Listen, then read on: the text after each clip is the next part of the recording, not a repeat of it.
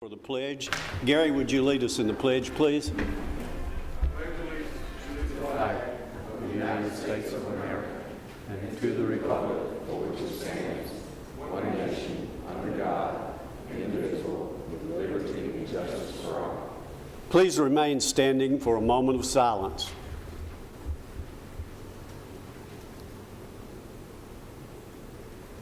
Thank you.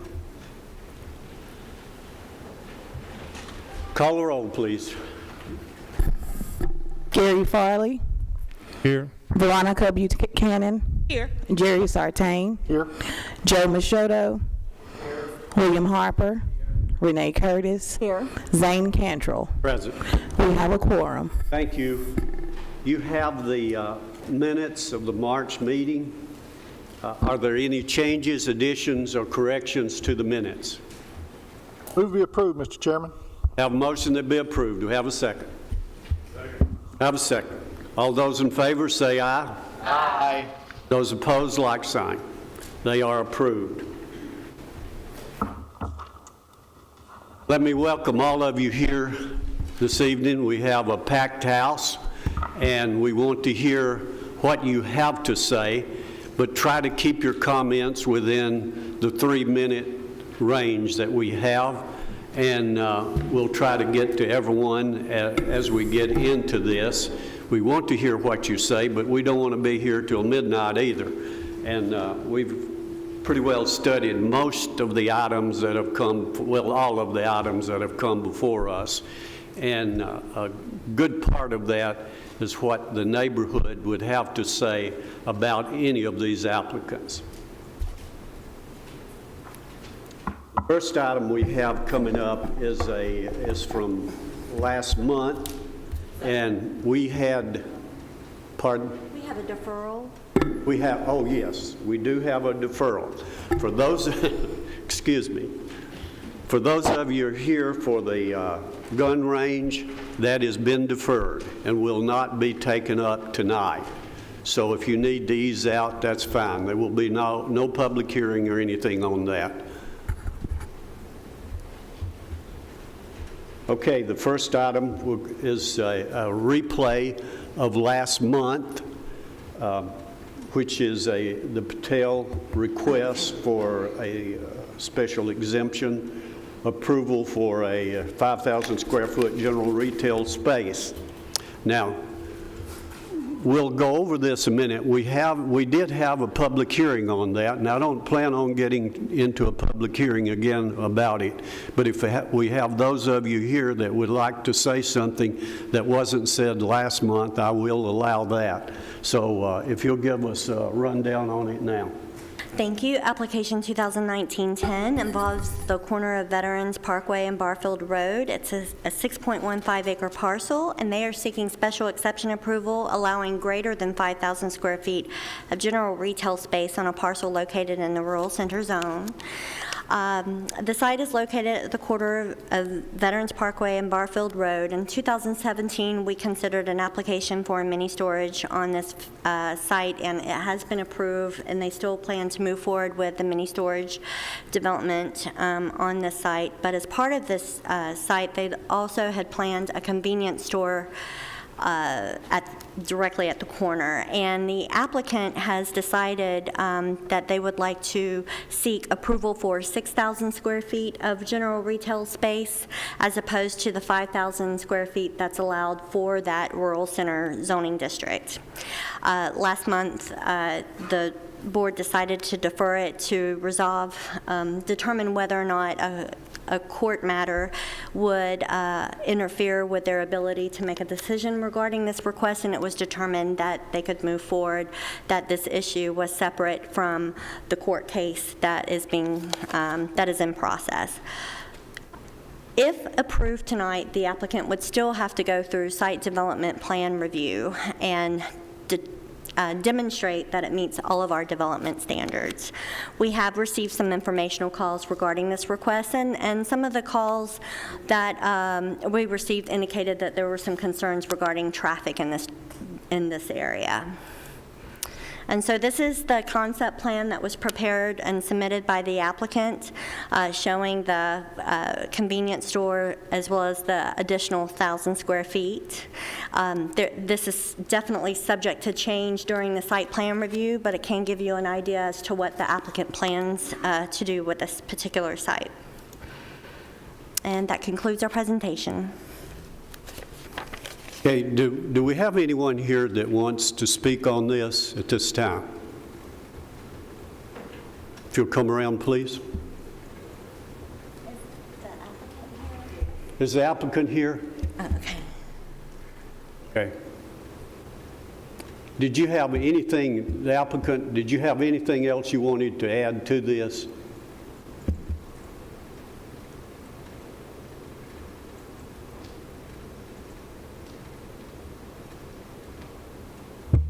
Good afternoon, Rob Mulchin, SEC. Just want to give a little update. I think Nick might have given you all an update during the pre-meeting on that side in regards to the litigation side, and that it has been determined that that has no bearing on what we're just trying to determine today in regards to the additional 1,000 square feet on that side. So I think if there's any questions in regards to what our approach to the extra 1,000 square feet and so forth in regards to the concept plan that we're looking forward to bringing forth to a site plan level, I'm definitely here to answer any of those questions for you. Thank you. Any questions? Thank you. You may be seated. Next, come on. Pardon? Yeah, I will after this.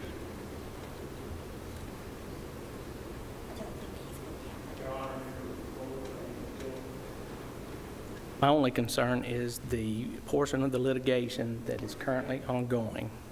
Your name? My name is Mark Kent, Mark Kent, attorney for Harry Walston. He owns the property adjacent to said property that is in question today. My only concern is the easement that is in current litigation. And if this is approved, it would be our opinion that it would only affect the property that is not subject of the litigation itself. And that's what I'd ask this board to consider, is that easement, as long as it's in current litigation, is not in question before this board. Thank you very much. We will open a public hearing quickly on this if anyone who needs to speak about it. Close the public hearing. One of the reasons that we deferred on this was because of the very thing that you brought up about litigation, and we give our county attorney time to look into it. So I'd like a report from our county attorney at this time. Sure. Thank you, Mr. Chairman. I'm not aware of any court order or, mic here, just maybe stand back a little bit.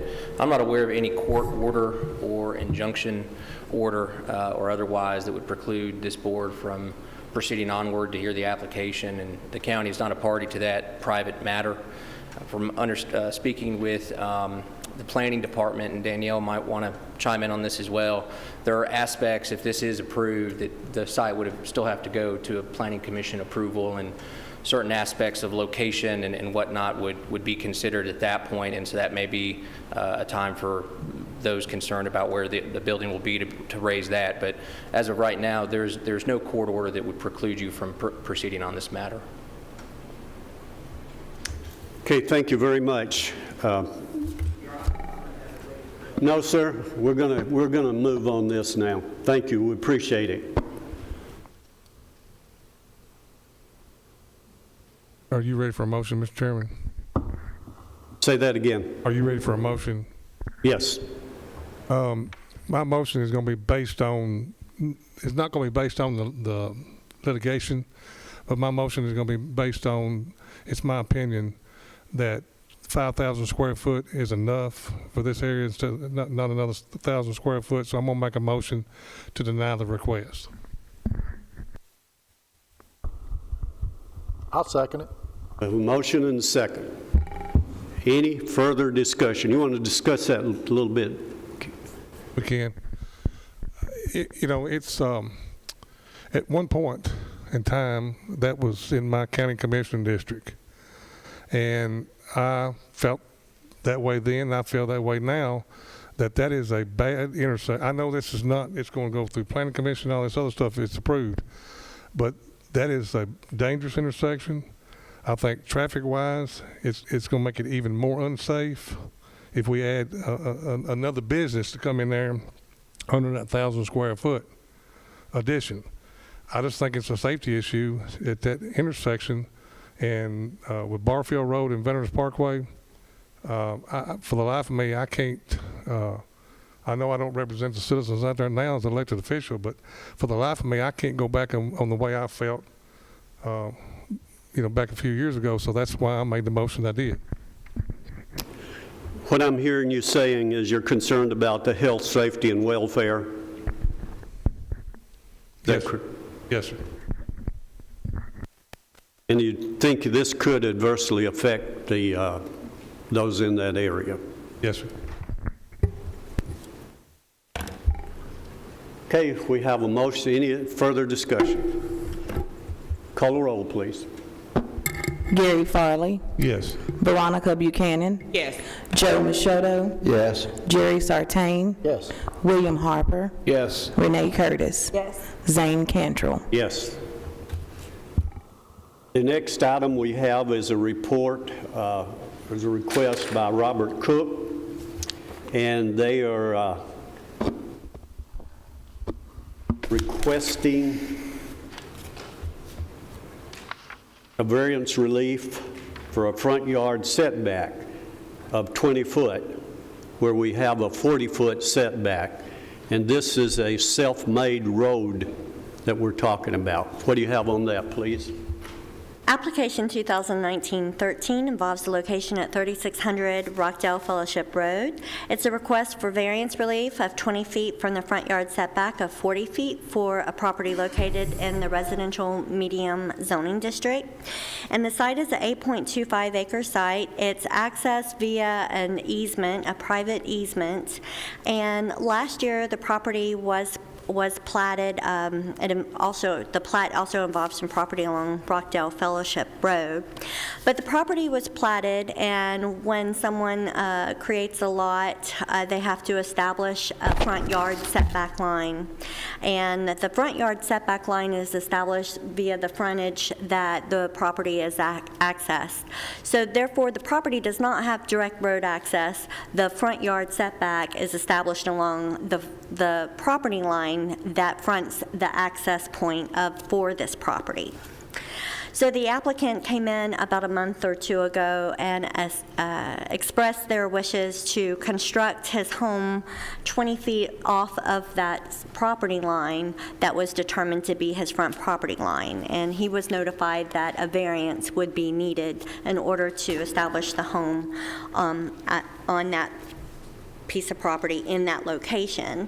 And his reasoning is there's some mature trees that he has planted in the past to provide a buffer, and the cost of removing those trees and building the property up to support the construction of the home, it was something he did not want to undergo, and his preferred site on this lot is to construct this home in this location that you see in the corner of the property, the green structure location.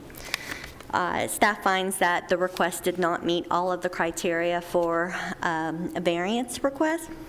We have received some phone calls, mostly informational.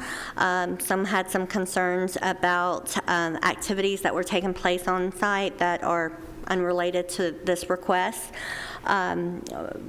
But no one indicated any strong opposition. And that concludes our presentation. Do we have anyone here representing this request? The applicant, if you'll come around, please.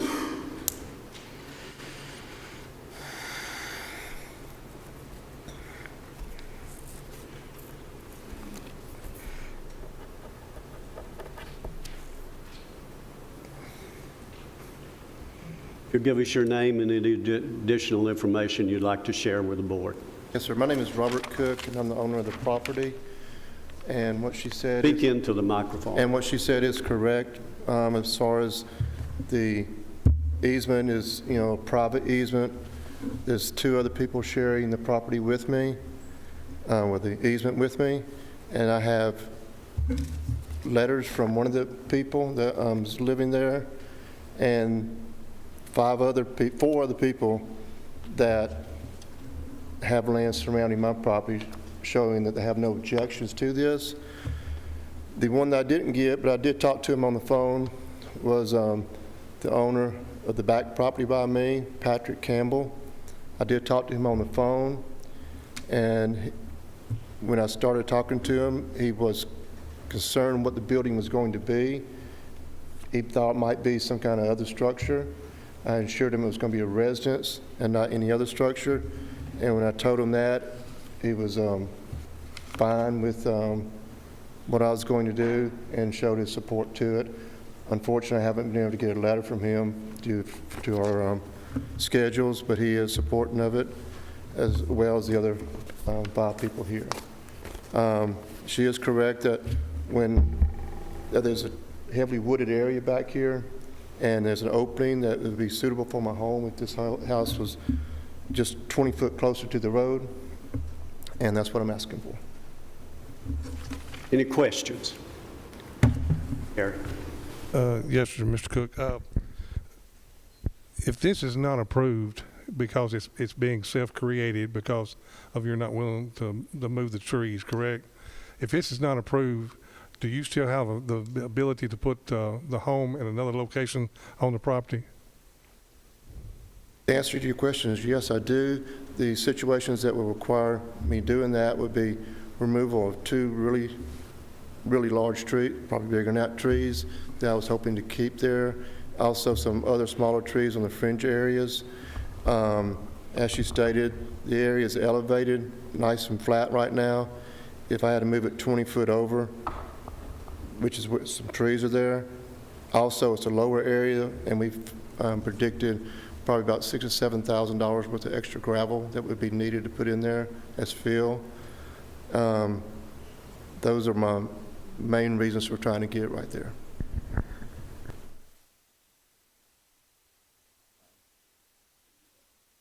Go, I'm sorry.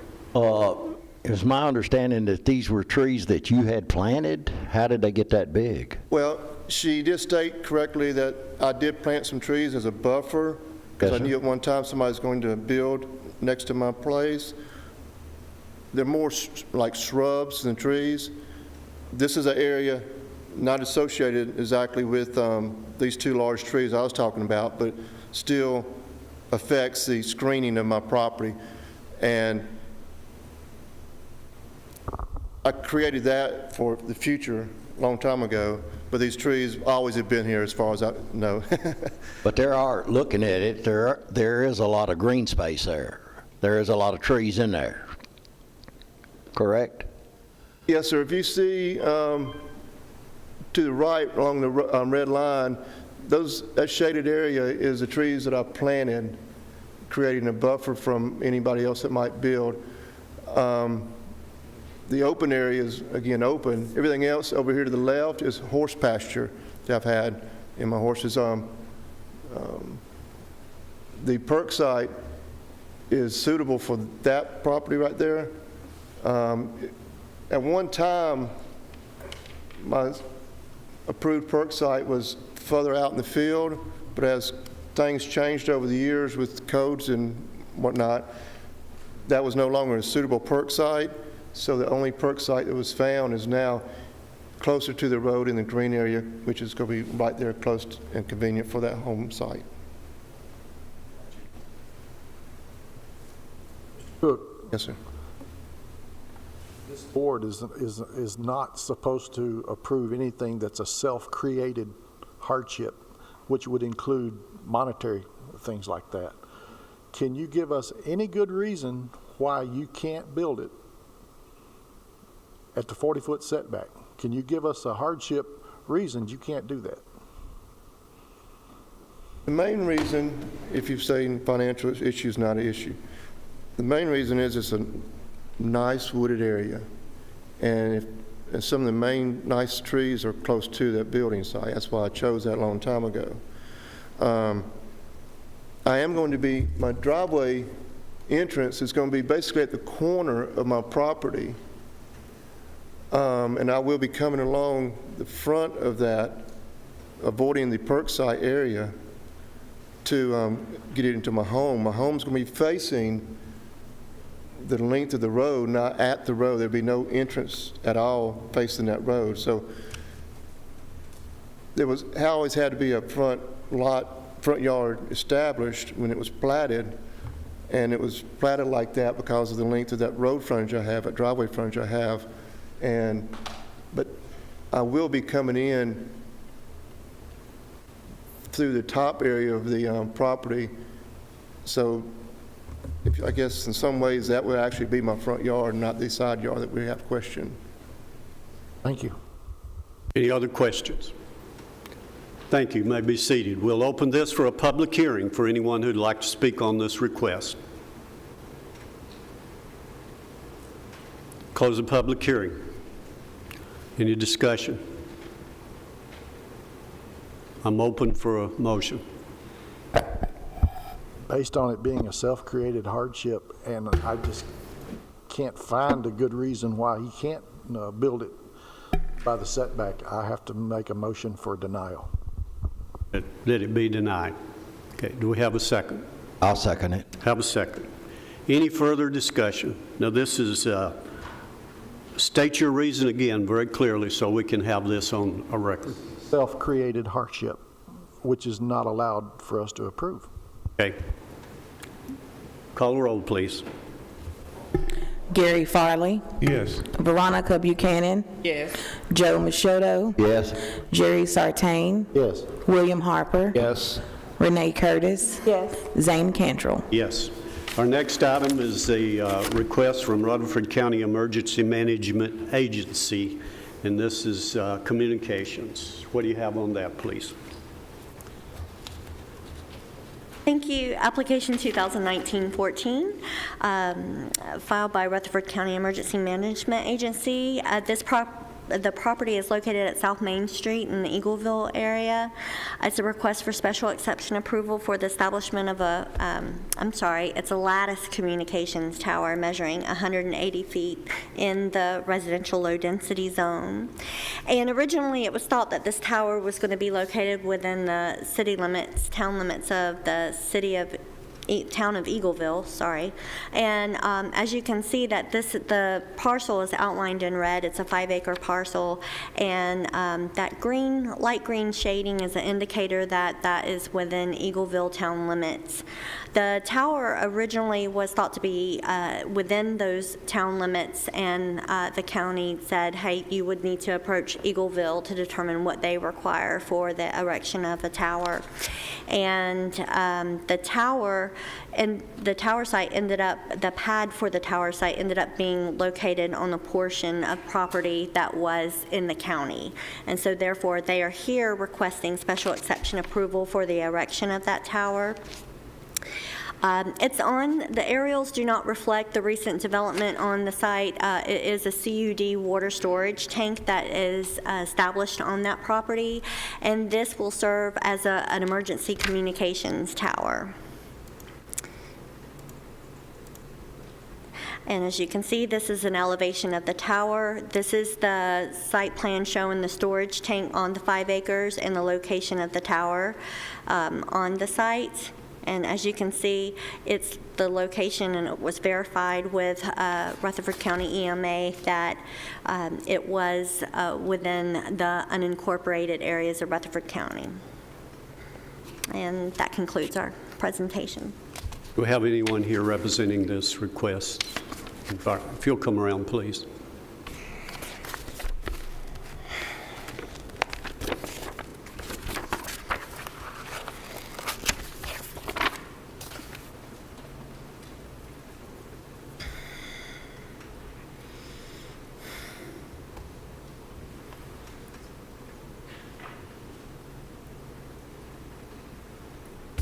Peter Rogers, Emergency Management. Understand this is a dead zone area. Is that primarily what you're looking at? Yes, sir. Okay. Communication. Gary? Is it not correct that the county is fixing to spend a lot of money to make sure that communications for our first responders are capable of where they can talk on a handheld or in a car radio or anything like that? Is that the reason for this? Yes, sir. Thank you. Joe? Your tower, is it higher, is it going to be higher than the water tower? Yes, sir. The water tower approximately is around 50 feet. Okay. And this will be an unlit tower, so we can limit the amount of light trespass that would go into the community. Thank you. Any other questions? I believe I saw in the picture, it's not really visible from the road, is it? It's the way that hill is formed, and the way they designed the tank, the amount of trees that have left have it pretty much obscured. Thank you. Any other questions? Bill? Okay. Thank you. You may be seated. We'll open this for a public hearing for anyone who'd like to speak on this request. Will come around, please.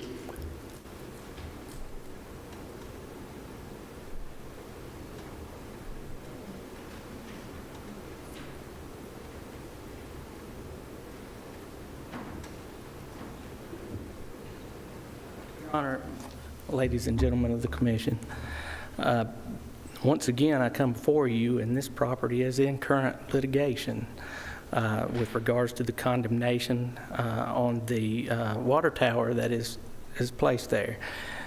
We have had a survey done in which the survey pins were removed, and we are not able to do an appraisal on it to determine the value of that.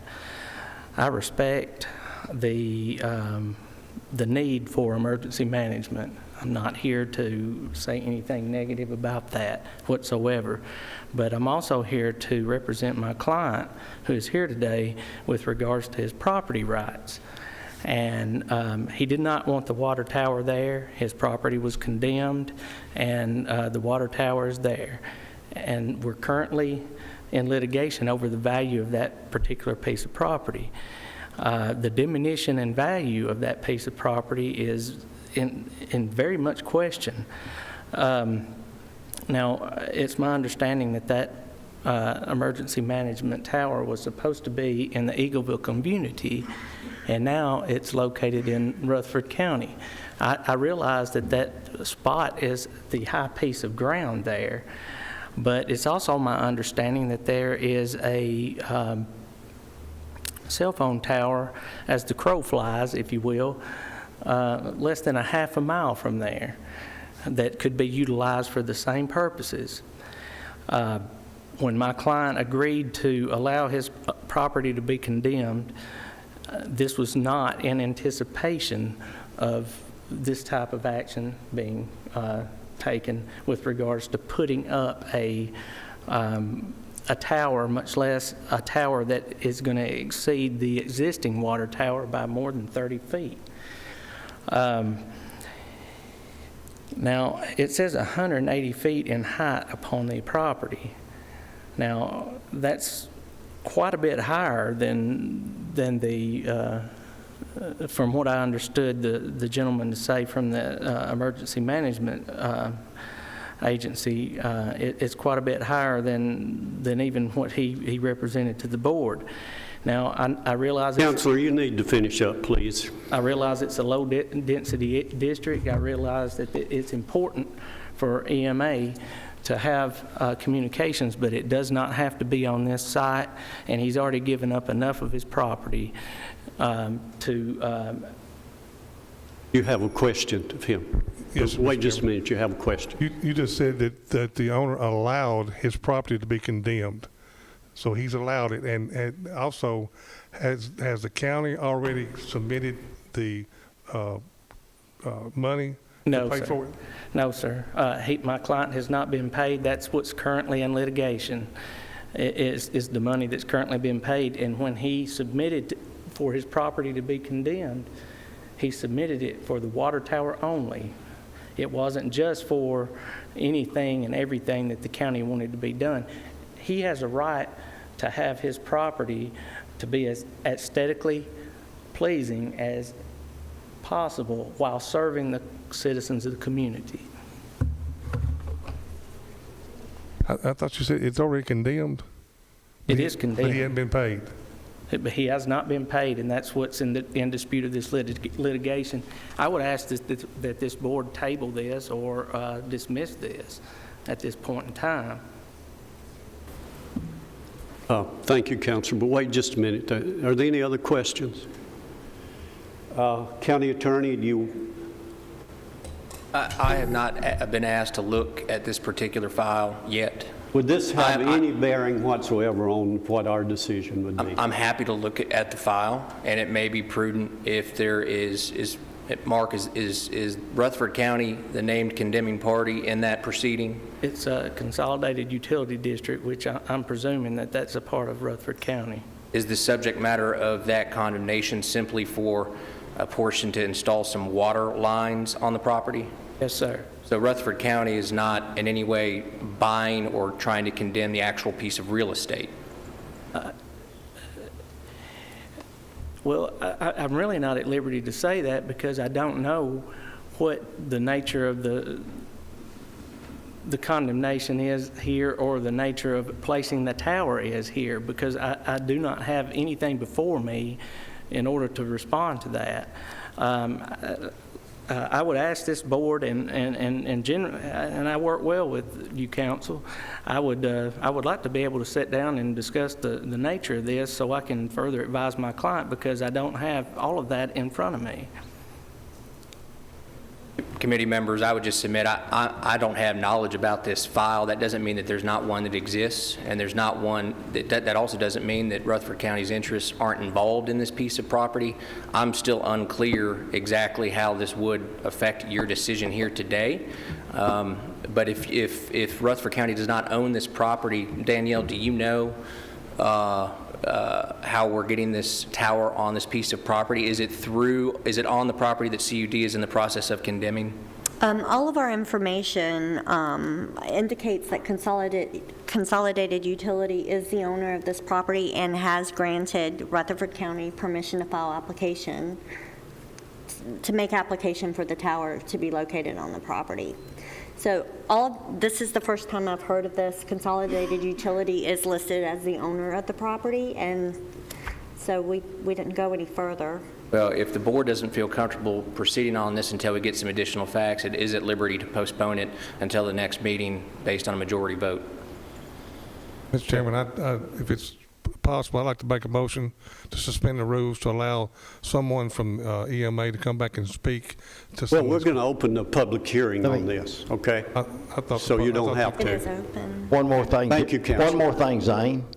Okay, we've got another question here. Please, from now on, if you've got anything like this that's going to come up, don't bring it up in the meeting. Go see them before. You knew this was coming up. So if you'd have went to them beforehand, maybe this would have got deferred beforehand. It wouldn't have come before us tonight. Okay? Sir, I respect that, and if I knew to do that, I would have right off the rip. So I do apologize if that's caused any delay in this, and I do not mean any disrespect whatsoever.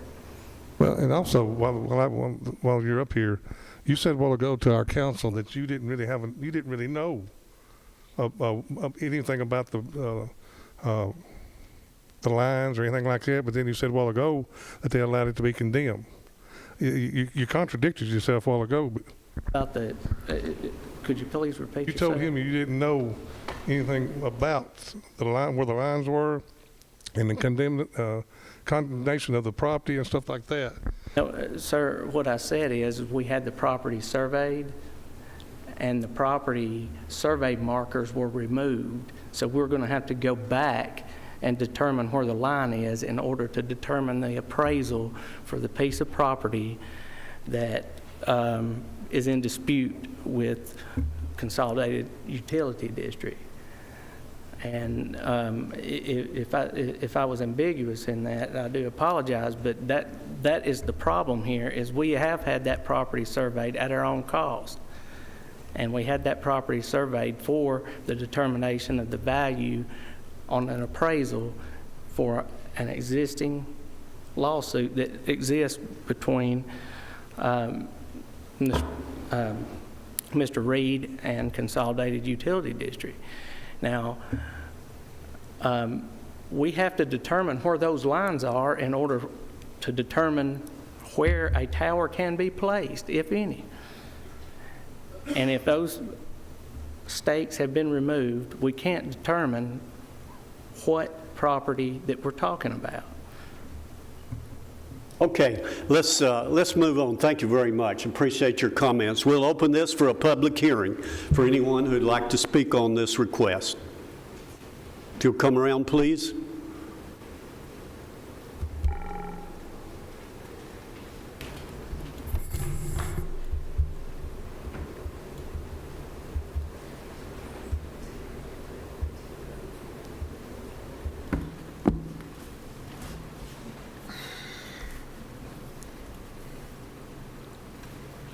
Good afternoon. I'm Alan Stemke, Director of Engineering with Consolidated Utility District of Rutherford County. And I just want to add maybe a little bit of clarification. As the gentleman indicated, there was a condemnation case for this. We do have an order of possession. We have constructed the water tower. Subsequent to that happening, we're contacted by the county emergency management agency to enter into a joint agreement to allow them to construct a tower that will be used for the community. I'm not familiar with any of the details of our litigation. We'd have to talk with our attorneys to see what is still, remains to be settled in the case. Any questions? Any questions? Jerry, do you have? Well, to my understanding, you must have thought you owned the property to put a $500,000 tank sitting up there. Yes, we have an order of possession. So the money is, as I understand it, held by the court system right now, but the disagreement is over the amount and not whether or not we have the ability to actually purchase it. You actually own the property. They just have to argue about how much it's worth. That is my understanding. Again, I'm not an attorney, but that's how I understand it to work. Thank you. Thank you very much. We still have a public hearing for anyone who wants to speak who have not had a chance. Close the public hearing. Let me suggest one thing here. Even if there is something controversial going on here, has nothing to do with what our decision needs to be, okay? So let's make a decision. If something comes up, the county attorney can advise us on this, and we can move on it and let folks work out whatever controversy that may be. And I hate to say this, but I better not say it. If you talk to 10 attorneys, you get 10 different opinions about something. So, and I don't mean that toward anyone. No offense taken. Hear it all the time. Okay, go ahead. Mr. Chairman, if it's possible, I'll go ahead and make a motion that we approve the request. Okay, have a motion to be approved. Do we have a second? Second. Have a second. Call the roll, please. Gary Farley, Yes.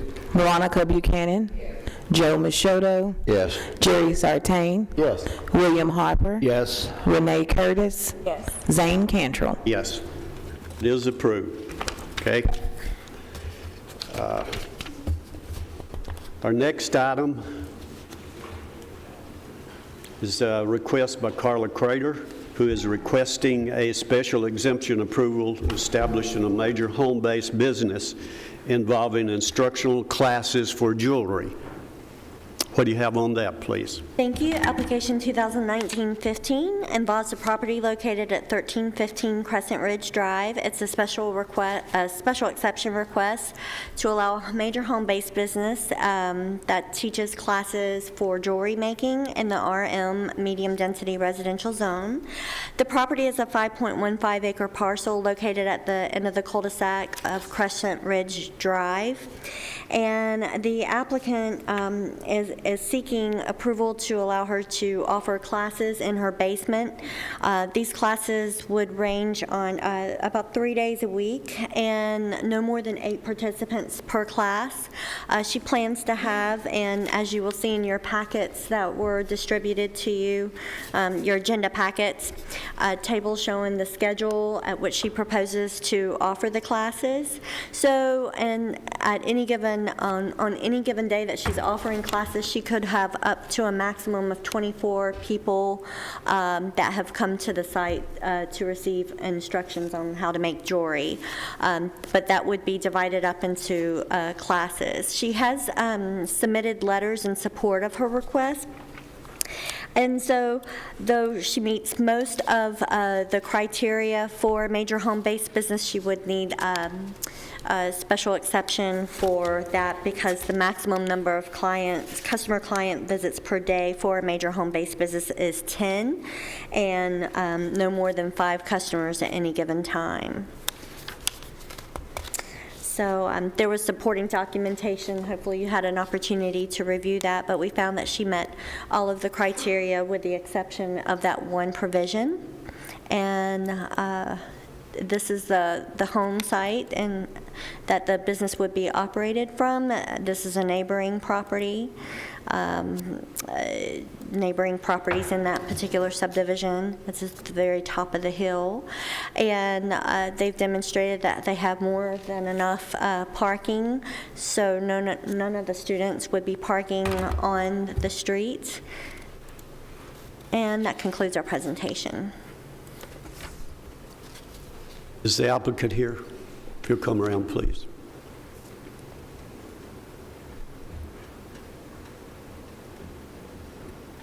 Give us your name and any additional information. My name is Carla Crater. I do want to mention that the schedule that I put in the packet was a maximum number because lots of my classes are not that large. I also want to mention that most of these are mother-daughter or groups of friends, and so the number of vehicles that usually would come to the property would not be, one per participant. I've run this business for 15 years, previously in Texas and Florida, and now that we're Murfreesboro residents, I'm hoping to establish it here. Any questions? Joe? You've been in this business before then? Yes, I was in this business in Texas starting in 2003. I moved to Florida in 2007 and continued that business. I currently have a jewelry production studio in my basement. I have a wholesale business producing jewelry. Because my hands aren't as young as they used to be, I want to move farther into the instructional and a little bit away from the production. The schedule that I put forth was more along the lines of what I would be doing, say, around Christmas time versus 2 or 3 classes. Probably the least I would do is 2 or 3 classes a week, but I felt that it was appropriate to present the worst-case scenario for the board's consideration. Well, it looks like you have ample parking. Just make sure that if it does pass, that no one does park on the street, please, ma'am. Yes, sir. Gary? Could you have to understand home-based businesses are low impact to the neighborhood, so your neighbors really shouldn't even know what you're doing. If you were limited to 2 classes a day, I mean, it doesn't matter if it's 5 days a week or whatever, but if you had 2 classes a day with a maximum of, say, 8, would that be workable for you? Yes, it would. And you said more days per week, but only 2 a day? What I'm trying to do is not have it where it's back-to-back classes People all coming day, and and we got people really kind of crowded out with the traffic and such. And if you had 2 classes a day and you had a maximum of 8, you're still above what we normally see for home-based businesses, but that would spread it out for you. Yes, I could do that, and especially if I could do it for more days per week. I'm hoping not to normally have 8. I've got a couple of beginner classes that have 8 students, a few more that have 6, and most of my classes have 4. Classes in the daytime or at night? They're in the daytime mostly. The only classes Weekends? that... Excuse me? Weekends? Weekends, Friday, Saturday, and Sunday. Thank you. Any other questions, comments? Thank you. You may be seated. We'll open this for a public hearing for anyone who'd like to speak on this request. Close the public hearing. We have a motion on it.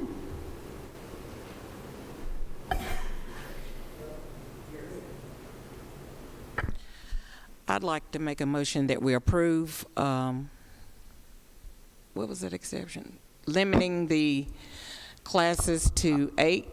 I was saying limit the classes to 8 and have a maximum of 2 classes per day, regardless of how many days she does it. Is that your motion? Do Now, you second that? I will. Can I ask for a clarification? Is that 8 maximum per day, or are you talking about 8 maximum per class? Per class. Okay, 2 classes a day, a maximum of 8 participants per class. Okay. I'm just trying to lower the impact of having 3 or 4 classes a day. Do you need any further discussion on that? I'll second it. I'm good. Anyone else? Call the roll, please. Gary Farley. Yes. Veronica Buchanan. Yes. Joe Machado. Yes. Jerry Sartain. Yes. William Harper. Yes. Renee Curtis. Zane Cantrell. Yes, it is approved. The next item of business is a request by Gina Miller, who is requesting 20-acre property located off Stewart Creek Road. This is a major home business involving an interior carpenter company. What do you have on that, please? Thank you. Application 2019-16 involves property located in the vicinity of the 2500 block of Stewart Creek Road. It's a request for special exception approval for the establishment of a major home-based business involving interior carpentry on a property located in the RM zone. The property in its current state is a 20-acre parcel. The applicant is planning to purchase 10 acres of that 20-acre parcel, and they would like to construct their 4,000 square foot home along with a 5,000 square foot shop. It's the shop that's in question. They would like to establish their home-based business within that shop to allow them to store materials and tools. They're also proposing to have 5 vans parked on the property that will be buffered by fencing along the rear of that particular shop. So the applicant, we posted a sign on the property. We have received informational calls. No one has indicated being in favor or opposition to the request. And these are photos of the site and surrounding properties. And as you can see on this plan, I'm sorry, my little cursor is just, okay. So the portion here that you see highlighted is the home, the 10 acres that she plans to purchase. This is the home that they plan to construct. The home will have to be established before the home-based business can be established. So the applicant is asking on the front end before they even purchase the property, whether or not they'd be able to use the property in a manner that they desire. The proposed shop would be located along this portion of the property boundary, and then related parking that would be fenced. And the applicant also included an elevation of the home, their home, that they propose to construct on the property and live in.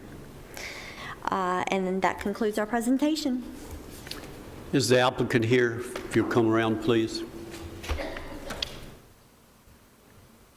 My name is Gina Miller. I just want to know if I can do this home-based business prior to ever purchasing this land. Let me ask you this. Do you own the property now, or is No. this contingent upon Yeah, it's contingent approval? on approval of whether or not we're going to purchase it. Gary? I want to commend you for doing that. Most people come in here and they just start up and then they have to come up here after the fact, but I want to commend you for doing that. And I got another question. The business, who's going to be running the business? You? Well, we currently have the business right now. I'm located in Nolensville, and I rent 2 shops there, 2 buildings in Nolensville, but I got a new landlord, and he's going way up on the rent. So the only other option is try to do this, and eventually, if we sold later, we make the money versus paying him lots of money. Okay. Hey, did you have? And clarify that the house will be built prior to the shop, Well, we were trying to build them at the same time because they're all going into one loan together. and the shop, is that strictly for business, or do you intend to put an apartment with a bathroom and so forth in it? No, nothing like that. Just, mainly it's just an office space and to store the material and stuff because we're in construction, everything's done out on the job You don't site. plan on living in the shop until the house is built? No, I'll live in the house. I'm not, because I have to sell my current house before I can ever do any of that stuff. We do So, no. appreciate the way you're doing it. Oh, thank you. Definitely appreciate the way you're doing it. Thank you, Ms. Miller. Joe? Would you kind of just go through the woodworking business, what you do? We do finished trim work for like Drees Homes, Sutherland, big builders, and basically we just go out to their sites. And I have a couple of vans, and the guys just use those with the equipment and stuff like that to go out and do the finished trim work. You don't do any trim, you don't do sawing, planing and things in the shop at your house? Or you will? Well, in the shop, we do have we have a saw because we have to do stuff for the shelving material, but that's the only thing that we have to do because we have to cut up the shelving material to take it out there. What about painting, No, we don't do varnishing? anything. No, we don't do any of that. chemicals? No. I don't mess with any painting. No kind of noise, because you're going to be kind of close to your neighbors. I mean, in Nolensville, we really haven't had any issues there either. I mean, and we're backed up to a subdivision in Nolensville because we're on Johnson So Industrial. I'm asking, do you do those things that would create the noise from No. the saws and stuff like that? You wouldn't hear it. And he'll have it insulated and all that stuff so that it'll, you know. Everything's done inside the Yeah. shop? Oh, yeah, inside. Definitely you. inside. Joe? You said no more than 2 vehicles? No, we have 5 vans. Oh, 5 total? Yeah, Okay. but they have logos on them and all that stuff, so I wanted to make sure before I ever even go into all this that, you know, somebody from the community is not saying, oh, well, they're running this or they're doing this, because I see all these logos on their van, and I don't want any problems after the fact. Who does park there? Any Just other the questions? couple guys who come in to take those vans during the day. The waste, dumpsters, anything, how is that going to work? We Any type usually of- haul any like MDF that's left over, we haul it off So weekly. no commercial No, dumpsters, not anything? No, I won't need any of that. No burning on the No, property? All that, okay, thank you. No. Any other question? Thank you. May be seated. We'll open this for a public hearing for anyone who'd like to speak on this request. If you'll come around, please.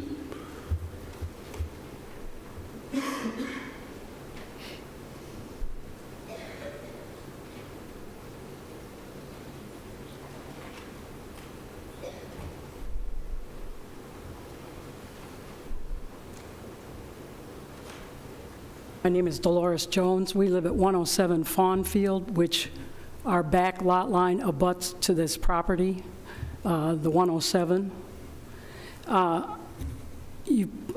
She partially answered our question about the noise level coming from this area. If there's going to be, you know, if it's going to be a business, is it going to be a shop? What kind of noise level is going to be there?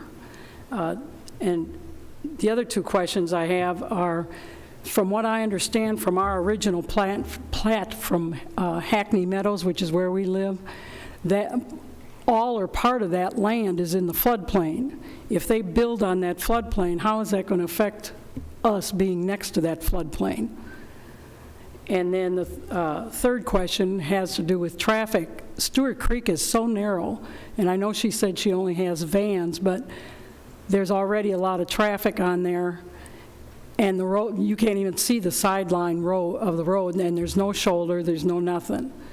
So our biggest concern is the floodplain and the traffic. We'd like that, some kind of answer with that. So you're opposed to it, is that correct? Pretty much, because of all the traffic that's on Stewart Creek already, and the fact that that's floodplain, and it abuts to our land, which the floodplain is just past our fence line. Thank you. Appreciate it. Anyone else? Close the public hearing. Could we, does our county engineer have anything to say about, is that in the floodplain?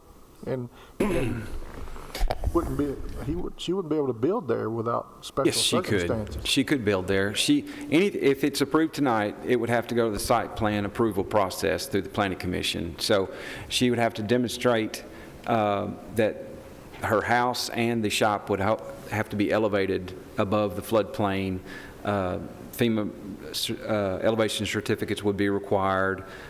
On the site plan itself, it would have to manage stormwater. It would have to, in the county, we compensate cut and fill for fill in the floodplain. So if she's adding fill in one area, we ask them to compensate the same volume in another area so we don't lose any of that storage capacity.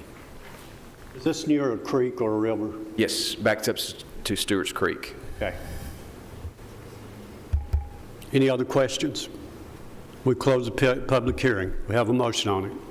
Motion to approve it, Mr. Have a Chairman. motion be approved. We have a second. We got a second. Call the roll, please. Gary Farley, Yes. Veronica Buchanan, Joe Machado, Yes. Jerry Sartain, Yes. William Harper, Yes. Renee Curtis, Yes. Zane Cantrell. Yes. The next item we have is a request by Shane Lipinski, who is requesting approval of allowing establishment of a home-based business involving a lawn maintenance service. What do you have on that, please? Thank you. Application 2019-17 involves the property located at 7062 Williams Road. It's a request for special exception approval allowing the establishment of a major home-based business on a property located in the RL Low Density Residential Zoning District, and this business involves lawn maintenance services. And this is the subject property. The applicant has constructed an accessory structure, and that structure is being used for the home-based business. This is the result of a code enforcement complaint, and the applicant was made aware that they needed to come into our office and discuss what their zoning options are. Mr. Lipinski responded by making application to the board tonight. So the applicant states no customers come to the site. Generally, they will have 2 to 3 employees on site at any given time. They arrive to the site, pick up what they need, and leave, go to the job sites and return between 3 and 5 p.m. The applicant's constructed a gravel drive for ingress and egress for the trucks. The shop measures 1,500 square feet, and they state that 2 to 3 business vehicles would be parked on the property at any given time. So we posted a sign on the property. This is the principal residence. As you can see, this is the shop, and this is taken from Williams Road. I distributed some letters to you earlier this week that were submitted by neighbors. One was in favor of the request, and there were 2 letters that indicated some concerns regarding the use of the property. And again, this afternoon, we distributed another email that had been sent to our office today with some photos that were taken of the property and how it was being used. So this is just a layout of the property. Sorry for the orientation of it, but as you can see from the aerial, the house is located and on where the address point is shown, and then the shop is located to the west of the home. And that concludes our presentation. The applicant here, if you'll come around, please.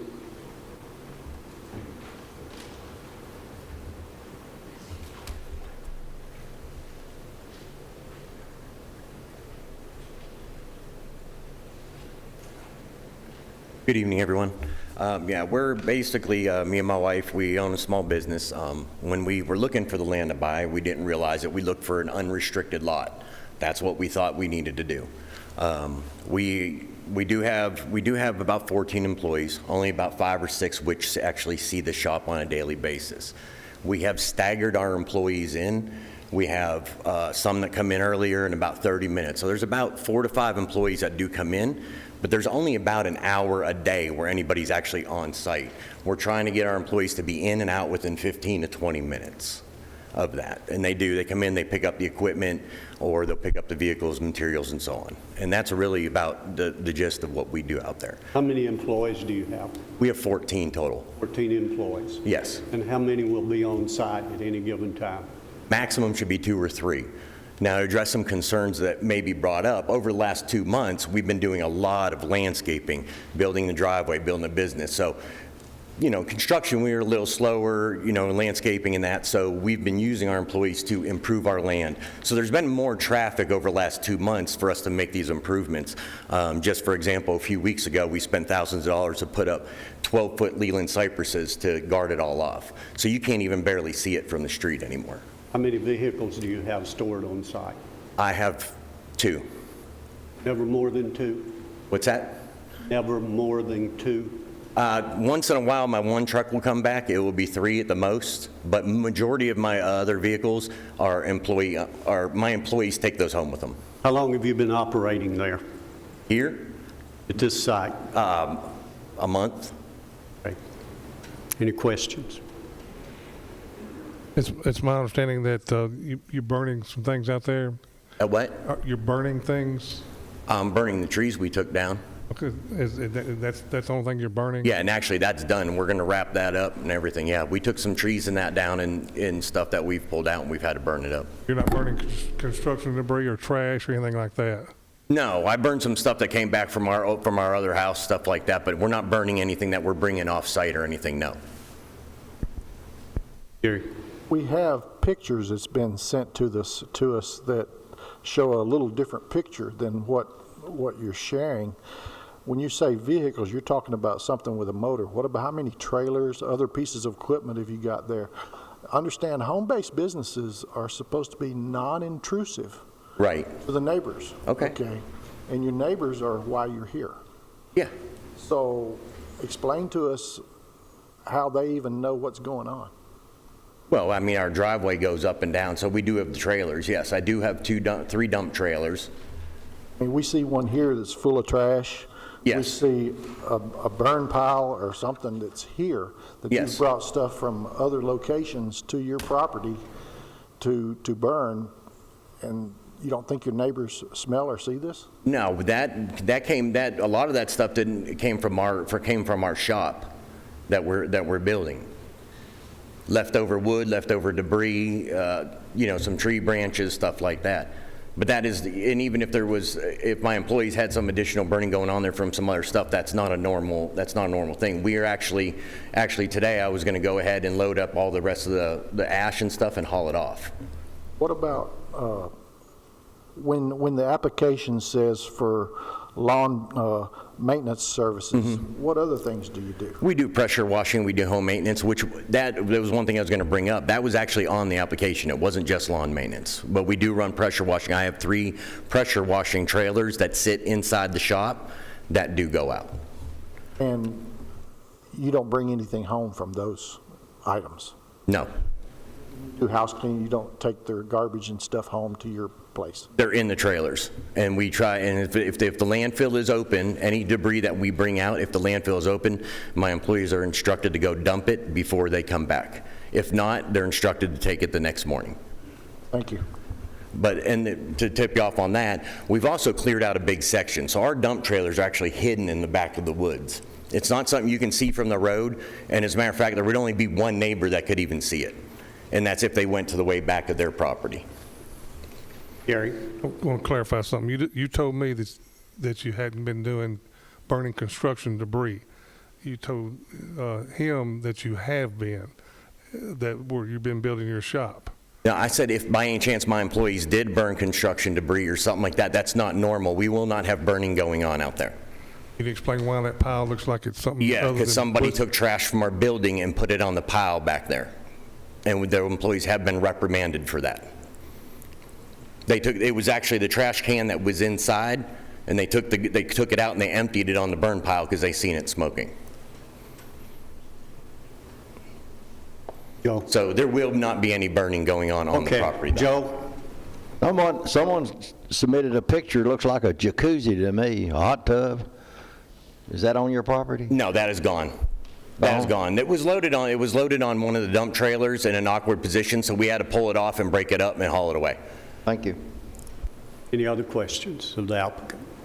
Thank you. You may be seated. We'll open this for a public hearing for anyone who'd like to speak on this request. If you'll come around, please, give us your name and any information you'd like to share.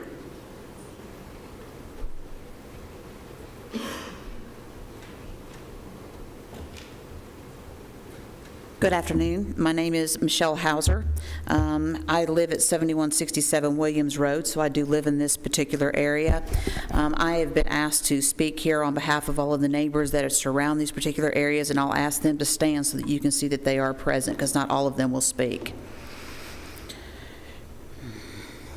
We are against this particular proposition. I take great exception with what Mr. Lipinski has said. Having lived in that area, he has been operating this business for over a month. His employees are consistently in and out of the property. That's what we've witnessed. We've seen burning going on. We've seen trash brought back into the property. I did happen to pull, and I will say that, and I'm sorry, Mr. Cantrell, but I also am a lawyer, so I apologize for my, if I ramble on a little too long.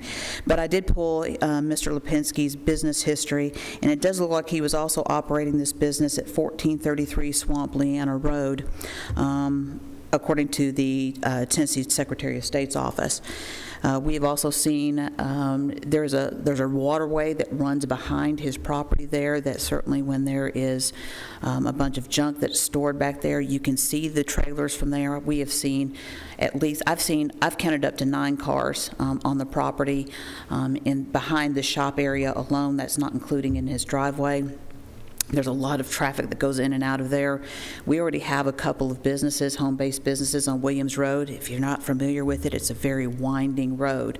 We are concerned about the impact that it's going to have to our home ownership and to the traffic and also to the aesthetics of our area. And we respectfully ask that you deny this request. Thank you.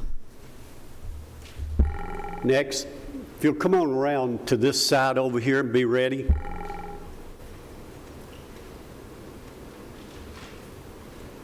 For those of you who'd like to speak, come on around to this spot.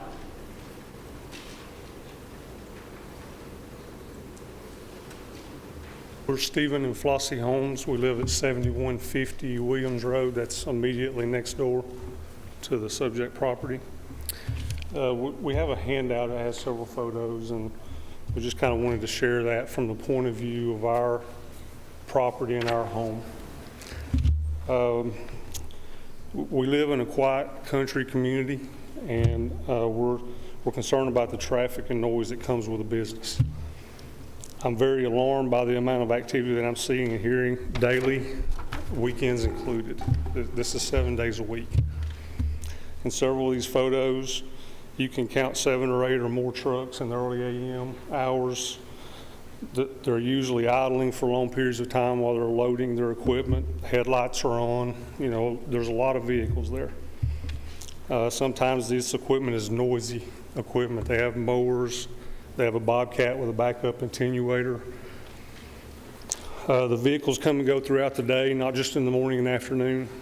And I'm afraid that gravel road will be a dust cloud by summer.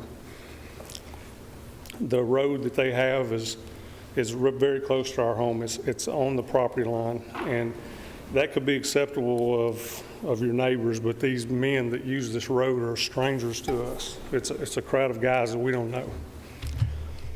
I've observed trucks turning down the drive one after another while my daughter's waiting on her bus. I'm concerned about that.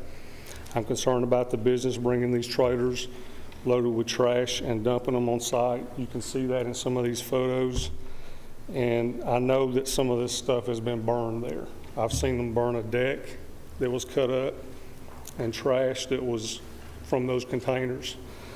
And I know that they burned some yard debris that they brought from elsewhere. I'm worried about the impact of all these activities on our outdoor setting. It's simply put, it's unaesthetic and it's stressful. I'm concerned about the impact on our property values. I know that I would not have bought my home had I seen what I see there today. And one other comment, there's some other businesses on our road. Those guys were there before any of us were.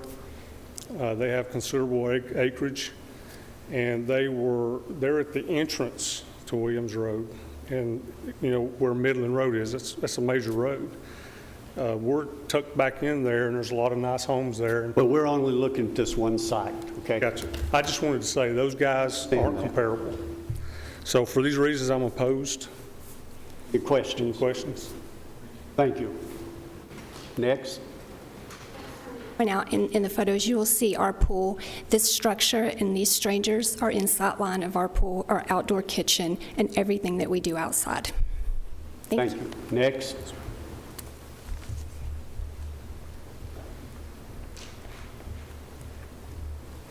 Hi, my name is Jennifer Moots, and I live at 7155 Williams Road, and I also own 7135 Williams Road, and both pieces of property are directly across from the property that we're talking about right now. And there's a couple of things, I'm going to try not to repeat what's already been said, but a couple of things I want to make you aware of is the trash.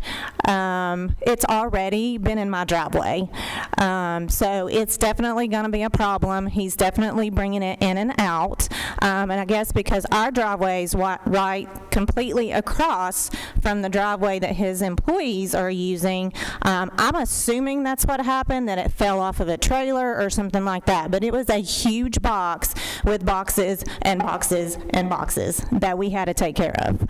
So I wanted to make you aware of that. I also am concerned about the traffic. It is in and out, in and out, in and out, and in and out, like all the time. And I have two small children. They're right over there. One of them is just turned 7, and the other one is 9. And so I'm concerned about that. We have a pond at the end of our property that we like to fish on. I'd like for them to be able to ride their bikes without being worried about being run over by a trailer or some sort of truck. We like to go walking. We came from a neighborhood in the city of Murfreesboro. We moved here about 2 years ago, and the reason we moved is because it is a beautiful country road. It's serene. It's awesome, and I'd really like to keep it that way. So I'd ask that you would not approve this. I'm also concerned, and I already say safety and traffic and then trash. Thank you. Thank you. Next.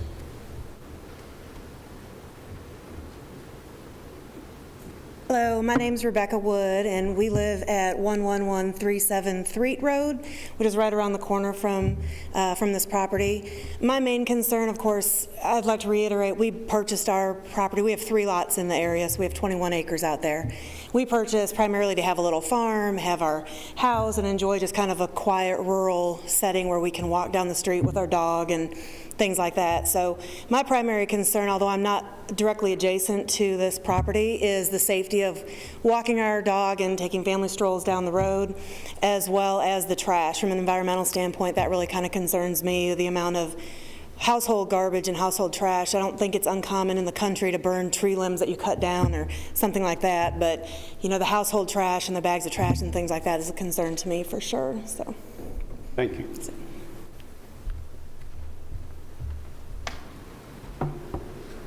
Hello, everybody. I'm Eric Hauser. I live at 7167 Williams Road. I'm reading a letter on behalf of my next-door neighbor, Jürgen Moots, at 7155 Williams Road, who cannot join us tonight because of business. So bear with me on this letter. I'm a resident that values harmony in my community. I do not like strife with any of my neighbors, so preparing this statement has been particularly uncomfortable for me, but I need to be heard to protect the interests of my family and my other neighbors. I'm very concerned of recent developments regarding the property located at 7062 Williams Road. The letter that I received from the Planning Commission identifies the business applied for as a lawn maintenance business. I would first dispute that very type of business that Mr. Lipinski is making application for. I consistently see large trucks pulling enclosed construction trailers, open trailers, large dump trailers, roofing trailers, and large dump trucks making entry and exit from the property. Very little, if any, of this large equipment looks like it would be used in a residential lawn maintenance application. I've never seen a lawnmower or any piece of equipment sized for residential yards. I have seen a business card representing Mr. Lipinski's business, which displays the name Pristine Home Services. His business card shows a house with a hammer on the logo. Please understand that Mr. Lipinski is not requesting approval for a business that he intends to operate from his Williams Road property. He is in fact already operating his business on a large scale and is now coming to the board for approval because he was reported by several concerned neighbors. He has already shown a blatant disregard for complying with local zoning standards. Based on his current noncompliance, if he is granted any special approval, I believe that he will fail to follow any guidelines which may limit the size or scope of his operation. One existing example is that he states that he'll have 3 employees. It is already common to see 8 or more workers park their vehicles behind the workshop each day. My wife Jennifer and I bought our property in Williams Road 9 years ago. We built our home 2 years ago. This is the home that we intend to spend. Need to be finishing up. So. Okay. Well, then, the citizens on Williams Road are united once again and will rally to preserve and enjoy the quiet, clean, slow-paced rural community that we value so greatly. We are respectfully asking the members of the board to please hear our combined voices and vote entirely against any special approval for a major home-based business at this address. Respectfully, Jürgen Moots. Thank you. Appreciate it. Next. Good evening, ladies and gentlemen of the board. My name is Todd Myers. I live at 6800 Williams Road. I don't want to be duplicative of all the other concerns, but I'm concerned with the traffic as well, the noise. I live about 2 houses down. The traffic is actually excessive all day long. I witnessed it myself. We do have a lot of little kids as well. Most of the families have little children. We like to walk up and down the street. One of the issues with that street, though, is it doesn't have the curbs, and it's something that was discussed at a prior approval that came up, and that's also a concern point for me, because after the BZA approves these, because this is a high-impact situation, there doesn't seem to be a good mechanism for enforcement or remedy for the residents of the street. We're still dealing with the last approval that came through. This is adding to it, and you know, with the little kids and things, and all the cars zooming up and down the street, because it is all day, I would just ask and make the request that you deny the approval, and I thank you for your time. Thank you. Okay.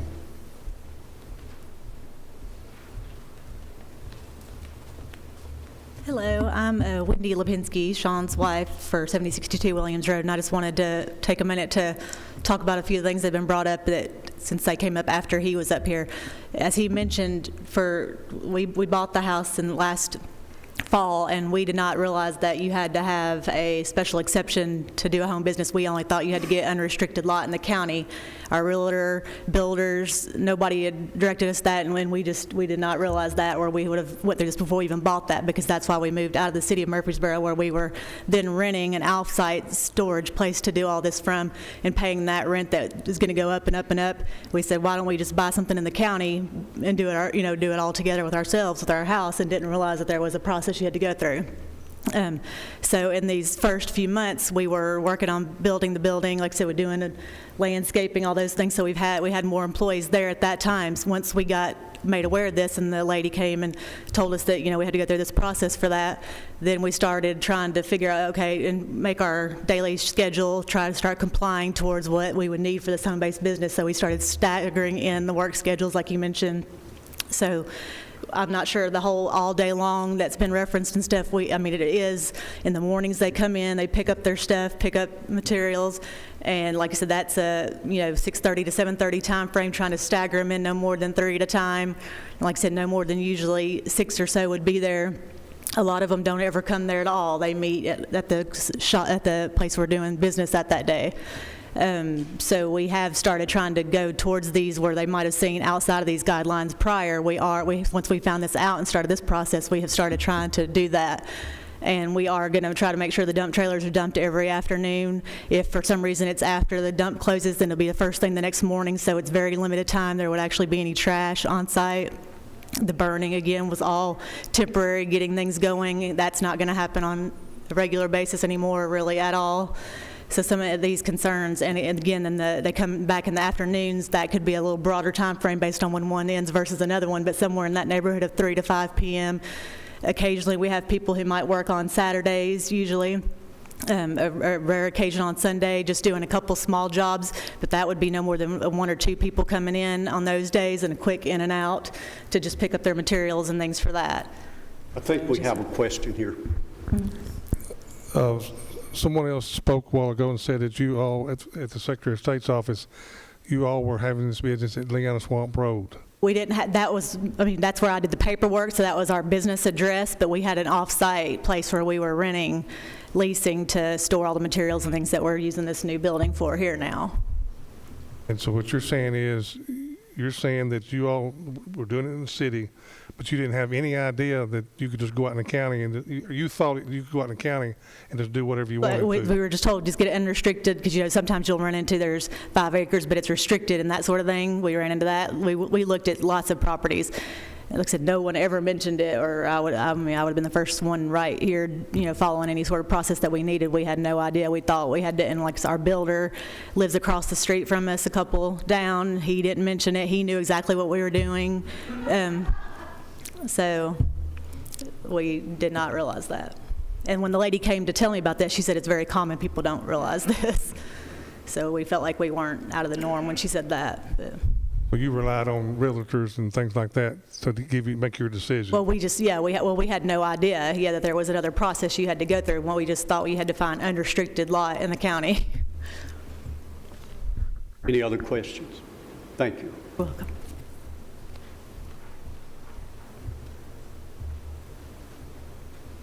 Hi, I'm Keith Williams. I live at 6900 Williams Road. I'm going to ask that you deny this. The reason being, I don't really believe that anybody buys property in this county and opens a business. They came down here and got a permit to build a shop and knew full well they were going to run a business out of it. They built it on top of my neighbor's property line over here, knowing what they were going to do. If this is their best foot put forward, what are we going to have to deal with next week? Thanks. Thank you. Commissioner, good to have you with us. Mr. Chairman, Commissioners, I really like what you said, Commissioner Farley, about the fact that the lady that come before the fact, and it really makes it easier for you as commissioners right here. You're not caught in situations like this. I'm here this evening due to the fact of the individuals you've heard speak this evening. To let you know, and I think Commissioner Farley would understand this, my phone has been ringing. And that's due to the fact that these individuals that live on Williams Road, they think a lot of their neighborhood out there, and they've worked hard to make it a family-friendly neighborhood. And I think you can see by the fact that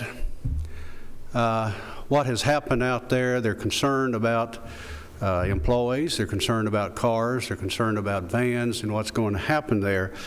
And I think the main thing we're looking at right here is this a home-based industry, and how we've gone beyond that or what we have. So I'm here supportive of these individuals, and I know this is your decision, and appreciate the work that you do. Wait just a minute. Any questions? We've got a commissioner up here. We might want a question. Thank you. Glad you. I hope you like these new chairs. Thank you very much. Anyone else? Close the public hearing. I'm open for discussion and a motion. I'd like to make a motion that we, I'll say this first. To me, this is self-inflicted. Someone goes in and didn't do their due diligence, kind of let somebody else talk them into something. And if I'm in business, I'm going to do my due diligence and find out what I need to do. So this is self-inflicted. That's the reason why I'm making a motion that we deny the request. Okay, we have a motion on the floor, and let me make sure I understand what you're saying here. You feel like this request is adversely affecting the adjacent property owners, and you're concerned about the health and safety as well of that area. Testimony shows that they've been operating a month or at least a month without approval. It appears that there's going to be more trucks parked on the site than what is allowable. More workers there, testimony showed that, whether there'd be more workers on there than what is allowable. And was there anything else? I think it's self-created. Okay, and it is self-created problem. Can I Yes. discuss this before a second? You're going to second? Well, Probably good just to get a second on the board, and then if Mr. Sartain wants to move to amend it to add any additional things, then that could be an amendment to the original motion. Well, okay, then I'll second it. but we I don't gotta have tell a you second why. on this yet. You don't? I just did. Oh, you did? All right. He's already demonstrated his intentions, and the scope of his business far exceeds anything that's included in a normal home-based business as far as impact. 14 employees is a lot more than a home-based business. There's no home business shall be permitted that changes the outside appearance or character of the dwelling unit. There's a violation. There's a reason for denial. It will not adversely affect other property in the area which is located. That's the other reason that I'm going to offer a second for this. Okay, you put that as an amendment. Yes, sir. Okay. Do we have a second to the amendment? Okay, we have a second. Mr. Chairman, just to clarify, it seemed like there may have been some confusion about the applicant applying it for a land maintenance, but I believe that he clarified that it was both for land maintenance and a home improvement or home maintenance business. So I'm just going to clear for the record, I guess the motion is for both of those aspects. For his application to be denied. Okay, I'm going to ask a voice vote on the amendment. Okay, those in favor of the amendment say aye. Aye. Those opposed, like sign. It is approved. Call the roll on your question. Okay. Gary Farley. Yes. Veronica Buchanan. Yes. Joe Machado. Yes. Jerry Sartain. Yes. William Harper. Yes. Renee Curtis. Yes. Zane Cantrell. Yes. The next item of business we have is a request by Kevin and Jamie Vaught, who is requesting a special exemption for approval of establishment of a rural retreat.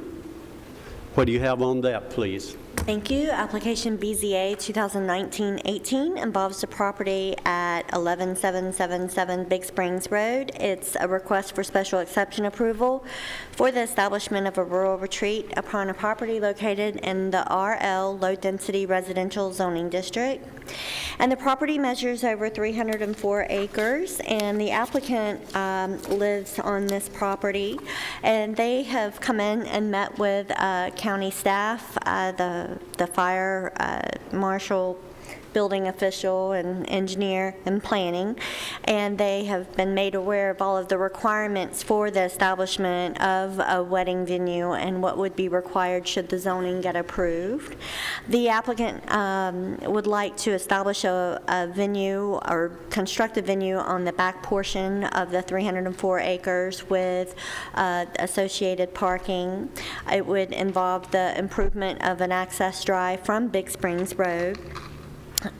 If the board approves the request for the rural retreat, they would need to go through site plan review and demonstrate that they meet all of our development standards, and that would be approved by the Planning Commission if they're successful in demonstrating meeting our standards. We have received one call with concerns about the access drive as to whether or not it would be required to be widened, and the applicant has been made aware of what our requirements are for access drives. However, that would be an item that would be considered during site plan review. The applicant wishes to hold less than 30 events per year. The maximum number of attendees they're planning for is 300. They plan to construct a building that will measure between 4,500 and 5,000 square feet, and that structure would also have a kitchen and bathroom facilities for attendees of the venue. They plan to offer the venue, make the venue available for rent most days, but primarily weekends, according to the applicant. The applicant does propose to erect a sign at the end of their access drive but they would need to obtain a sign permit before any sign could be placed on the property, and that would have to demonstrate meeting our sign regulations. And so any approval tonight does not exempt them from going through the development review process. They will have to demonstrate a lot of the items that we consider during that process. However, the applicant is prepared to answer any questions that you may have regarding some of the criteria that we have established for rural retreats. We also passed out a letter that we received, an email that was sent to our office to be distributed to you from a neighboring or a property owner in the area who expressed some concerns with the traffic along Big Springs Road and the presence of other venues in the area.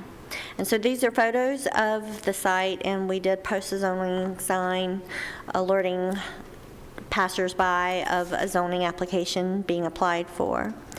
And the applicant supplied us with a concept plan. Of course, this is expected to change.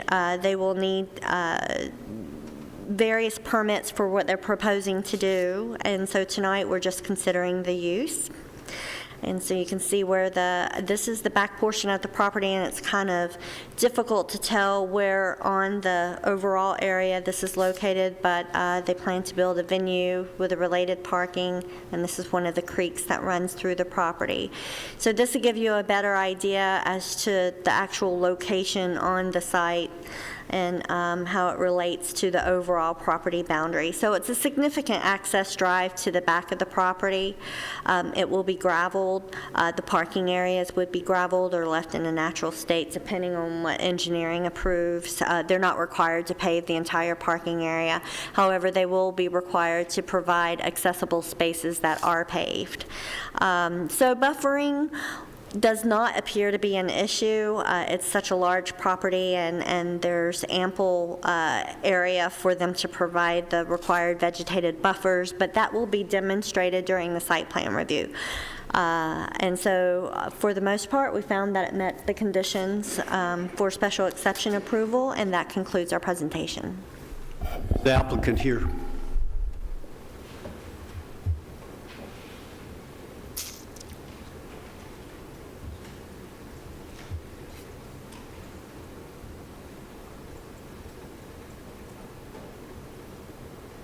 Amy Vaught.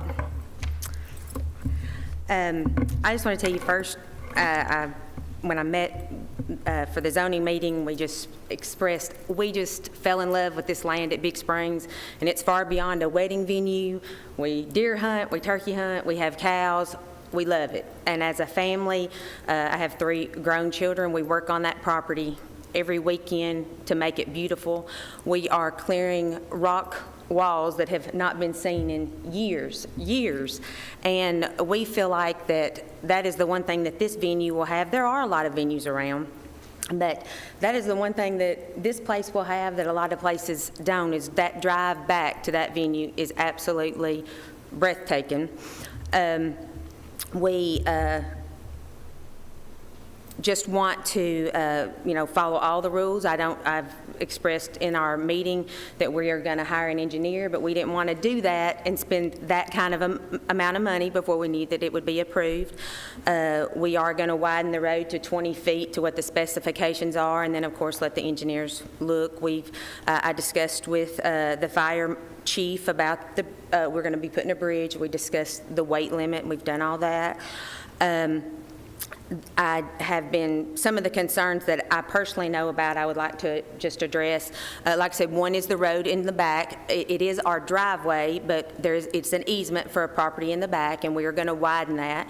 And that's not only for him. We have 3 children that we intend to someday build on that property. It's 304 acres that we want to have grandkids running on. So we're going to widen it. We intend to put speed bumps, obviously, if that's okay, but we feel like we want to slow that traffic down going back through there because it is a good distance. I know that one of the concerns was the traffic on Big Springs. The traffic, the cut-through traffic, there's nothing you can do to slow down the traffic that's going from Bradyville. My venue would not affect that part. That's just traffic that's going to be there. The largest venue, the largest guest count we would have would be 300. That is highly unlikely, but we want to be able to accommodate that if somebody wants to have something. But on average, they say that most people come to a wedding 4 to a vehicle because it's a family event. But even if they came 2 to a vehicle, that's 150 vehicles. On average, most people start coming an hour ahead of time to a wedding. So you're talking about just like you do church on Sunday morning.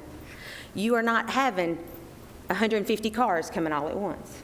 They are spreading out. You've got your people that want that first seat at 5 o'clock, and then they're spreading out all through there. I can assure you that I have 3 precious children that drive that road, and I intend to have future grandchildren that drive that road, and there is nothing that I want to put them in harm's way.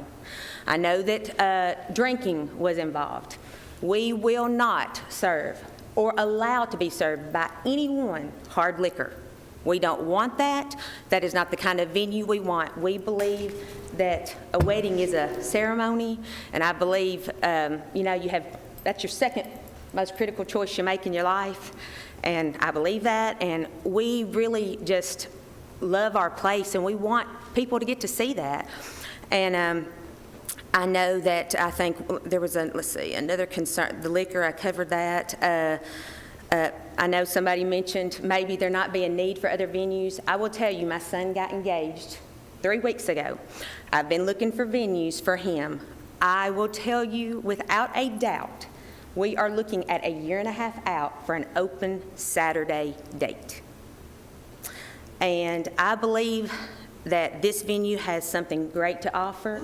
I hope that if there's ever a time that my community wants to come together and do something there, that would be a great thing for that.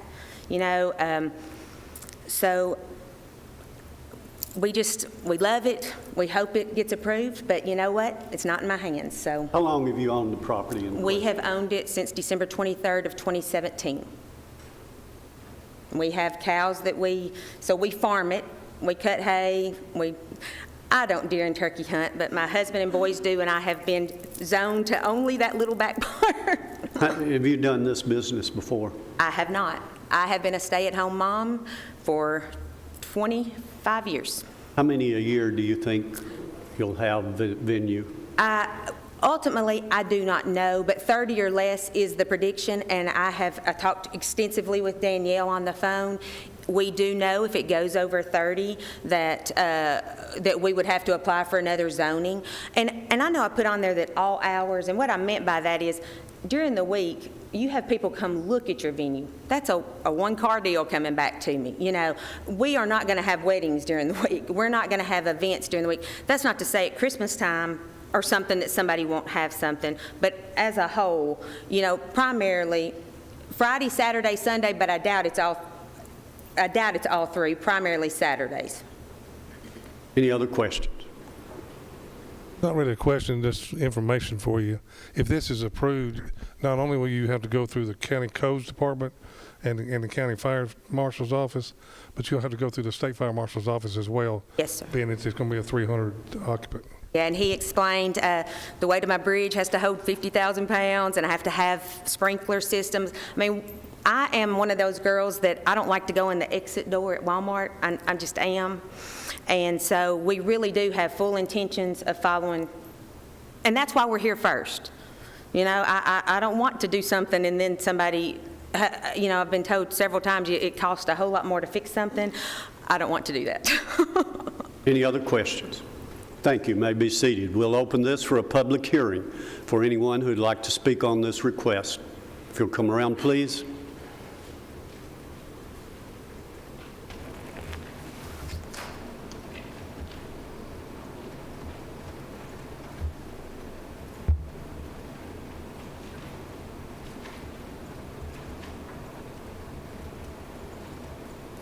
Chairman, Mr. Farley, Mr. Hughes, remaining members of the board and staff.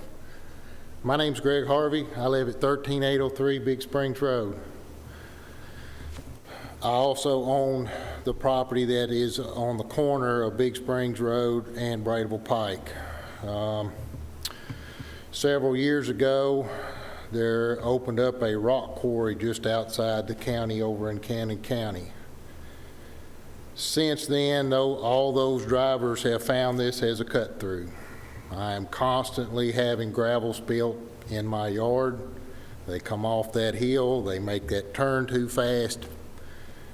That is already a traffic issue. Yes, these people may filter in through the course of the hour or two before this event, but just like church, they're all going to hit the door at once. So you're going to dump 150 cars out on a road in a blind curve between two bluff rocks, or just outside of two bluff rocks. So I am requesting that this be denied. There are other people in the community that are concerned about traffic. Traffic as a whole in this town is ridiculous. I hope people enjoy the area that we're in. My family goes back. My family was the Donalds of Donald's Chapel. So they go back to the 1700s in this area. So we've been there a long time, and we like it because it's basically been home for a long time, and we just want to try to keep the aesthetics and try to keep, as I said, there's already a lot of traffic because this is a cut road. This road is also an unusual road in that I have state right-of-way markers. I have 3 down my property on this road. We have any questions? Thank you. You may be seated. Thank you. Anyone else? If you'll come around, please.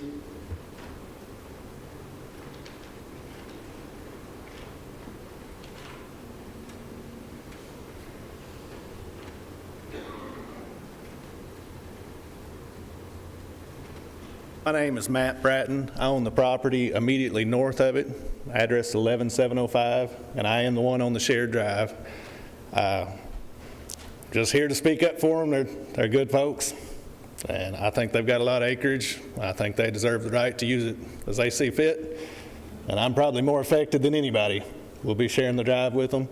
I had a few concerns about the drive, and it sounds like they've addressed that, so just wanted to say I'm for it.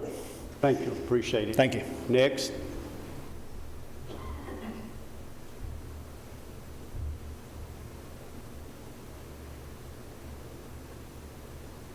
Got the county historian coming up here. He'll give us a little history of all this. I used to rabbit hunt out in that area, so I had to quit. You're a part of our history.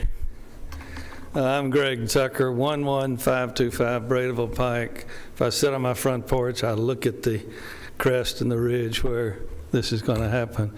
Ms. Vaught makes a persuasive presentation, but I believe in communication and transparency, and the first description I heard was a rural retreat and for corporate executive retreats and things of that sort.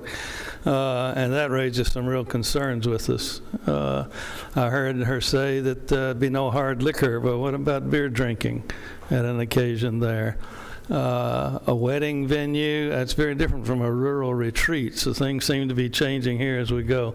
What bothers me most about this is no one has come to my side of the hill that I'm aware of and said, we want to be good neighbors, we want to tell you what we want to do, and given us a chance to ask the questions that I want to ask after, this is my family area too, all the way back.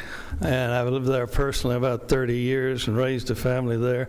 We were reluctant to see any change, but we particularly are uneasy about someone coming in, saying one thing this day and one thing some other day, and not sitting down with us.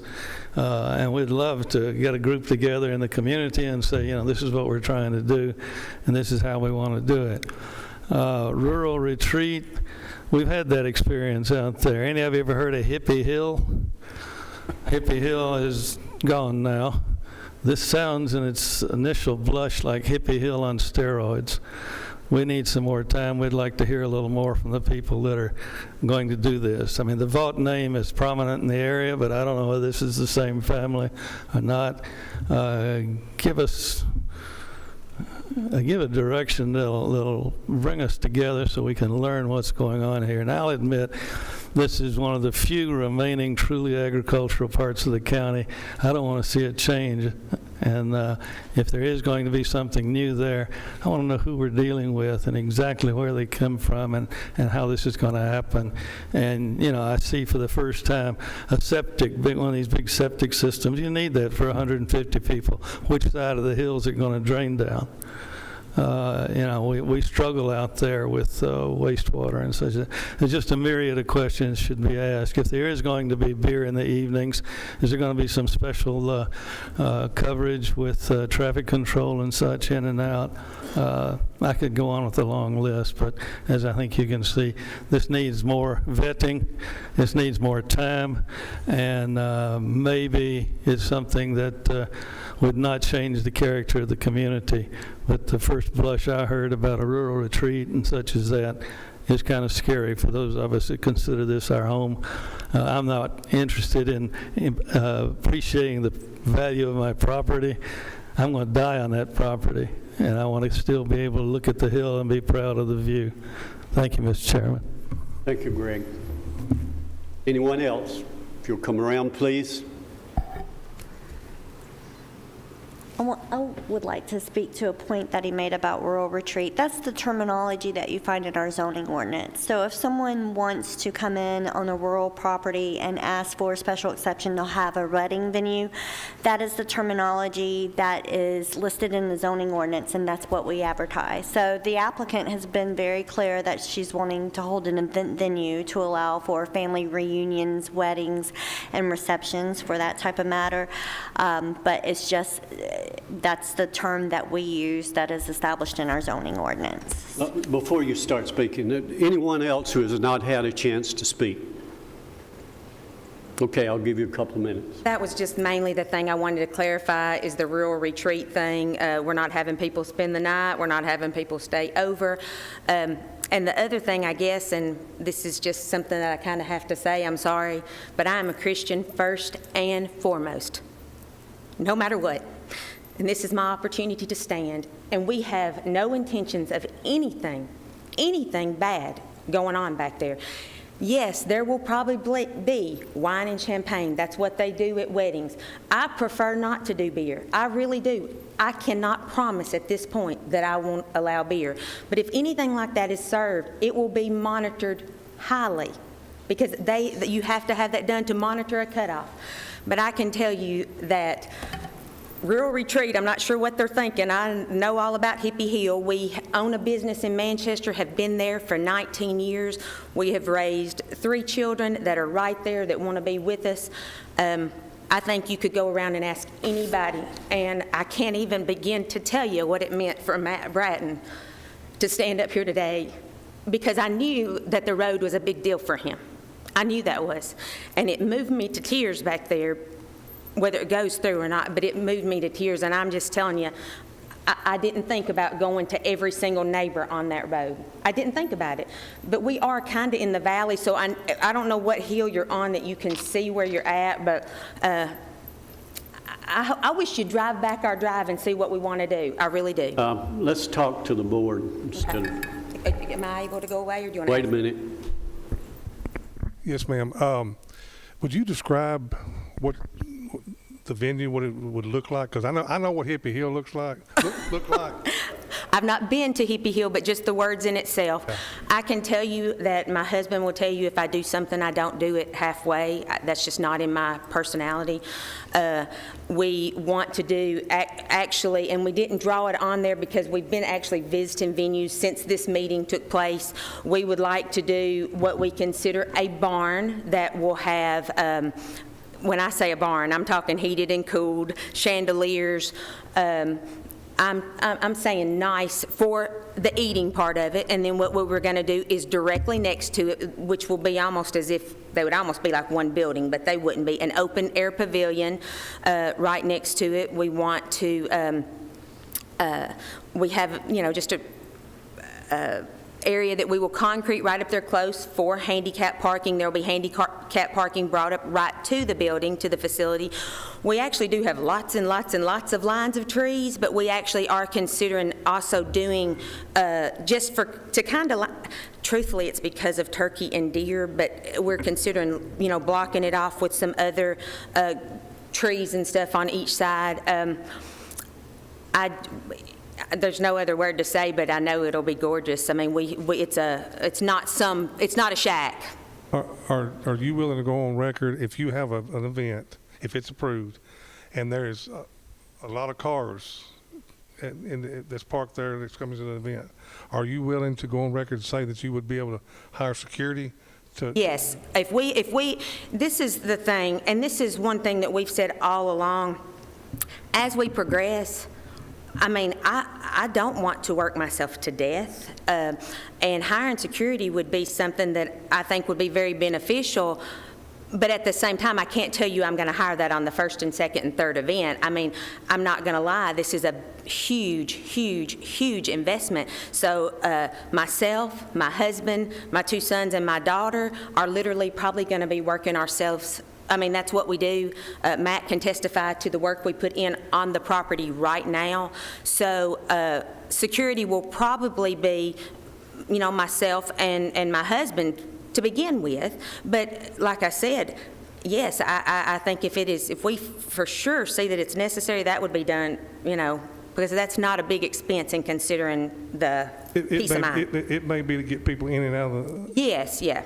Yeah, and like I said, we are doing the 2 lanes. And I will say this too, he made the comment about people leaving weddings at the same time. That is so far from the truth. People usually eat. Most of the, older folks, they see the first dance, they eat their piece of cake, and they're out of there. They're gone. And so you've got a lot of, and even if they can get out before dark, they want to, they do. And then you've got, just even my age, you still want to stay up and you want to dance or whatever, but it closes off at 10 o'clock. At 10 o'clock, it is my understanding for sure that the sound goes down and everybody leaves, and I'm okay with that because I like to be in bed at 10 o'clock. So. Okay, thank you. Any other questions? You may be seated. Anyone else? Close the public hearing. Any comments, or you want to make a motion on this? I might point out to those of you that were up here, according to our staff, this meets the general requirements. Of course, site plan and all these other things have to be approved, so that's not something that's just going to open up immediately. Do we have a motion on this? Mr. Chairman, I make a motion we approve. Have a motion to be approved. Second. Have a second. Any further discussion? Call the roll, please. Gary Farley. Yes. Veronica Buchanan. Yes. Joe Michaud. Yes. Jerry Sartain. Yes. William Harper. Yes. Renee Curtis. And Zane Cantrell. Yes. And let me also say that, a lot of people have gotten out of here. We do appreciate and listen to all of the comments that we receive here. And we take it in very serious, and we take it into consideration. And we thank you for being here, each one of you. I thought I might say that before all of you duck out. Our next item of business is a request from Huddleston Steel Engineering, and this is for a special exemption on an entertainment amusement service involving a paid fishing farm. What do you have on that, please? Thank you. Application 2019-20 involves the property at 5745 Lebanon Pike. It's a request for special exception approval for the establishment of an outdoor entertainment and amusement services involving a paid fishing farm upon a property located in the RM zone.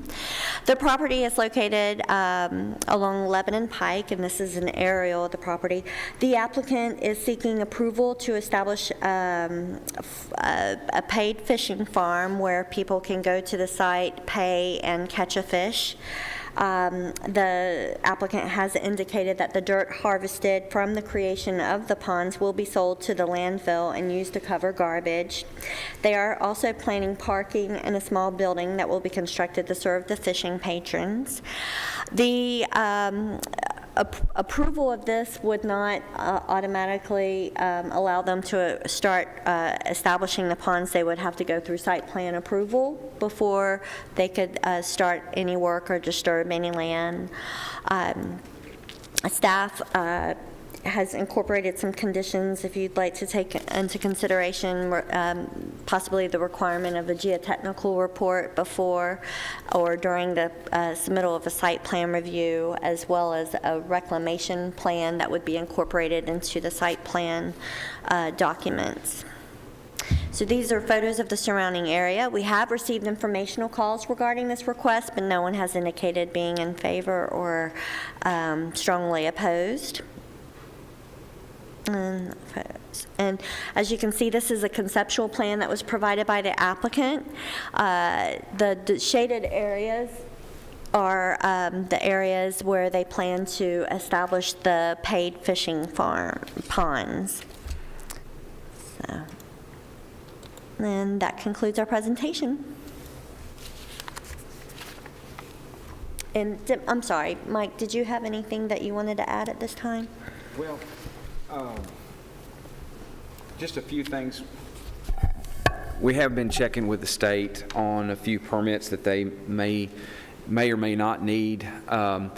If the material that they remove from the site is separated and worked at the site, they'll need a special permit, mining permit from the state. However, if they take the material and just load it up and carry it to the landfill, if they have to separate dirt and rock, they could do it there and be covered under their state permit. If the ponds are larger than 30 acre feet in volume or 20 feet high in berms, they may need to meet the Safe Dams Act requirements with special monitoring. I've reached out to TDEC, Water Resources, Water Pollution Control, and Division of Water Resources, and they're reviewing what permits may or may not be required for this. So we haven't got everything back from the state yet, but beyond the normal construction general permit, which any excavation site would need, there may be some other permits that the state would require. Do we have anyone here representing this from Huddleston Steel?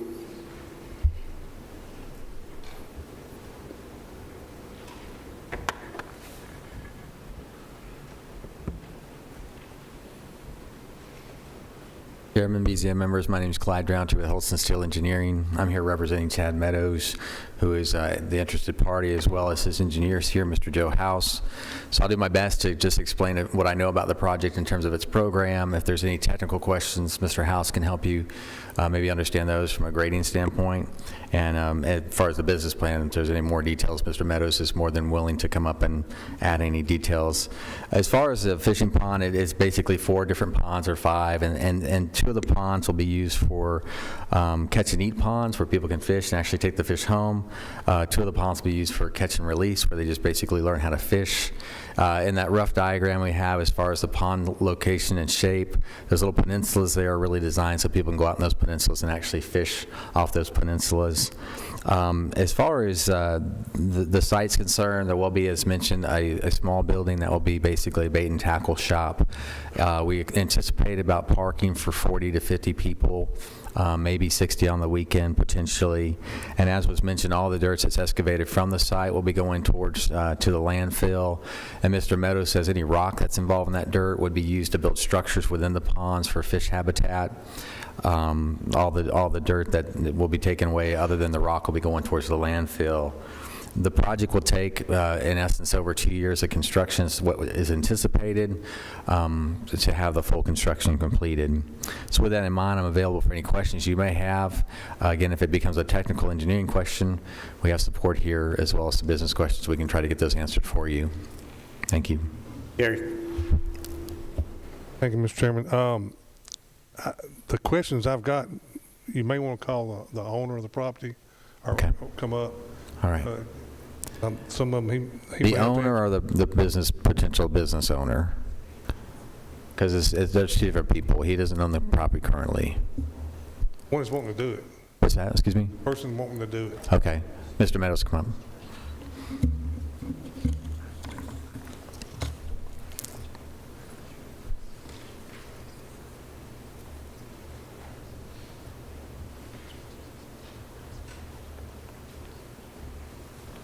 Yes, sir. If you'll bear with me, I've got a few questions I'd like to ask. Go ahead. Will the property be sold to a third party if it's approved?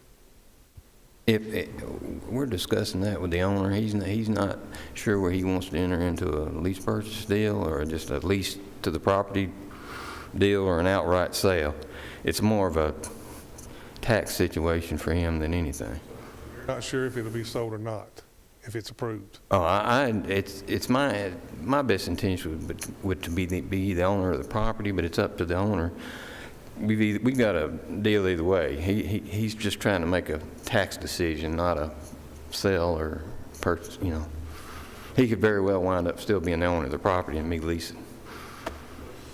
Could he sell it? Would he sell it? There's not gonna. It's either him or me. There's not another third party. Where will the water source come from to fill the ponds? Water source just run off from the property. Property. Mm-hmm. You realize how close it is to East Fork, right? Oh yeah. So will the water come from Stones River? No. It's just a natural runoff from the property. And if the request is approved, ultimately is not used for recreational fishing, what's going to be the plan for the property after that? After if the completion if the request is approved and it's ultimately not used for the recreational purposes that you're talking about for fishing ponds, what's going to be the plan for the?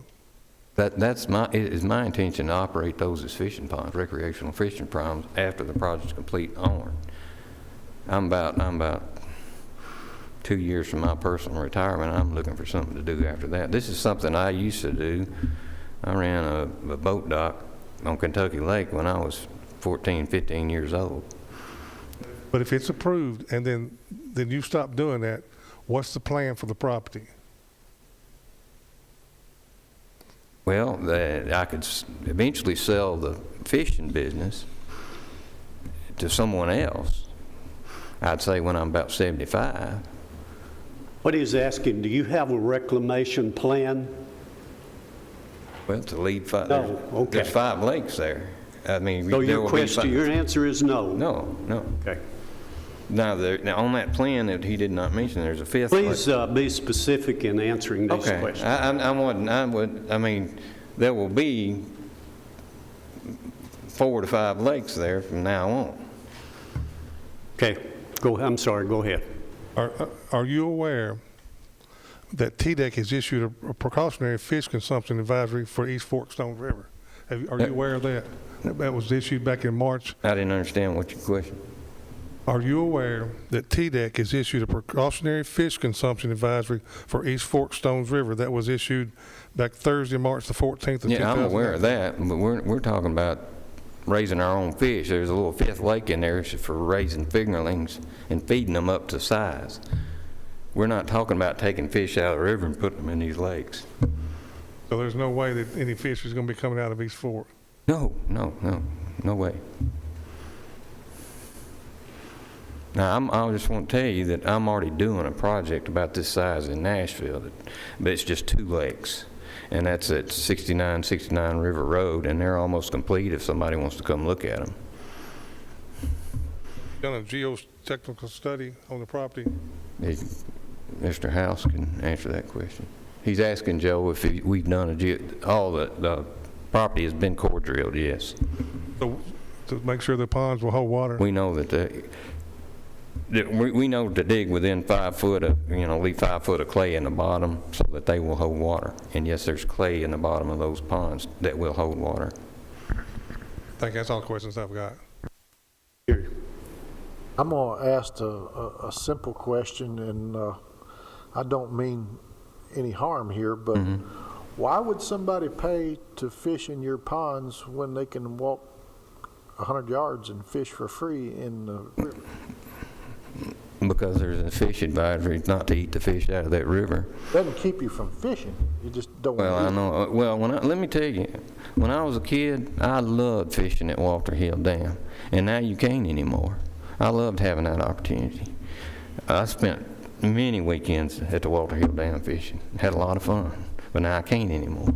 And this would be a nice venue, not too far out of town, to allow families to teach their kids how to fish and have fun. You know. What kind of fish would be in the ponds? Well, if you're catch and release, you want to do game fish, but if you're catch and eat, you're probably looking at catfish. And the reason you got 4 ponds is you fish from one of each at a time, and then when you put pressure on that fish population, you change over to the other 2 ponds, so that you're not out of fish at any given time. According to Steele Huddleston, he testified that you'd be selling the dirt from the pond to the landfill. Well, that's correct? That's the most obvious. Is that correct? Yes, sir. Yes. The answer is yes. Yes. Is the real reason for digging this is just to sell the dirt? There are 2 reasons. One is to sell the dirt, and the other is to establish a fishing business. Any further questions? Thank you. May be seated. We'll open this for a public hearing for anyone who'd like to speak on this request. If you'll come around, please.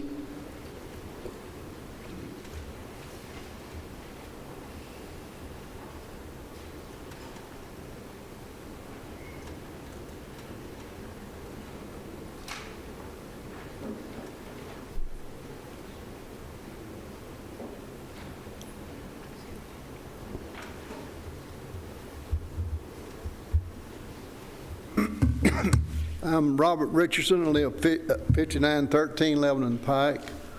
My wife and I joined this property in question on the north side.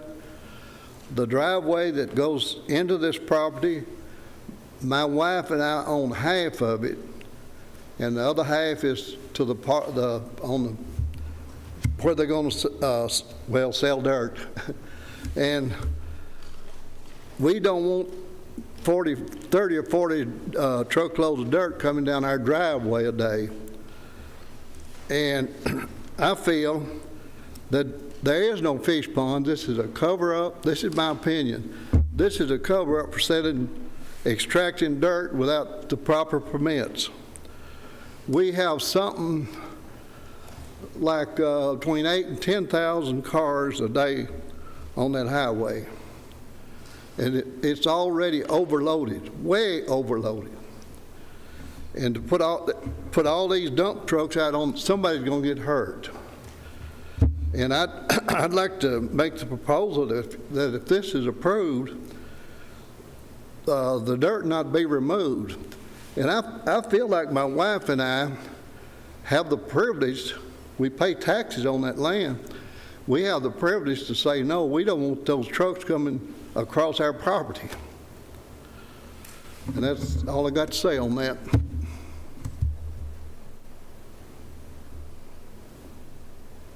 Any questions? Thank you, Robert. Appreciate it. Next.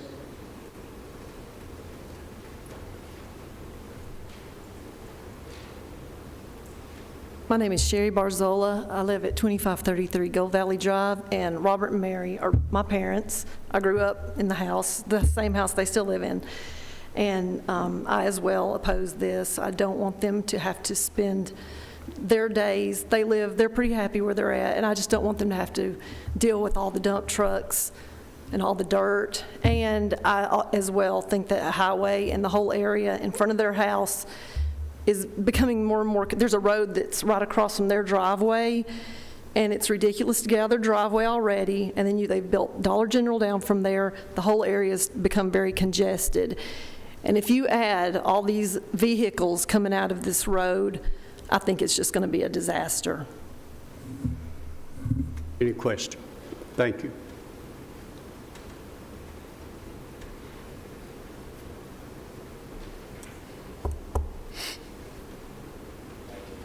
Hey, Commissioner, good to see you. My name's Steve Piercy. I'm the commissioner of this district that this is involved in. We already have a dirt borrow pit for the landfill out there, and it's quite a bit different than the setup that you're looking at here. Everything that they move is kept off of the highways. It's moved across farms on dirt roads. The people never see the trucks. They're never involved with the truck traffic. That's one of the reasons I think their part was permitted in the beginning. And they've been back year after year for a renewal, a 9-month renewal, and they're successful to get it every trip. I'm for everybody getting every dime out of their farm they can get, but at the expense and safety of the general public and the rest of the community, it's not worth that. This dirt's got to come out on 231 within a fairly close distance to the river bridge. It's a very close distance to other businesses. We're getting an O'Reilly's built right up the street from this farm on Hedgeapple Lane and 231. We've already got a dollar store there without a turning lane. People are stopping there constantly. There's wrecks there every week. I'm not telling you I'm opposed to this. I'm telling you how the situation lays. The way it was asked for as a fish pond permit, you don't want to know my opinion of that one. But anyway, if you should consider this, I would recommend, and I'm not trying to tell you how to do your job by no means, because you've got a hard job, and I don't envy you one bit. Let them do it on a small scale first. I'd rather see a 5-acre lake go dry than a 35-acre lake in Walter Hill. We don't need any more moonscapes in Walter Hill. I've worked very hard for the last 4 to 5 years trying to clean up our trash issue down there, and we've got enough to deal with already. Thank you very much. Thank you, Commissioner. Next.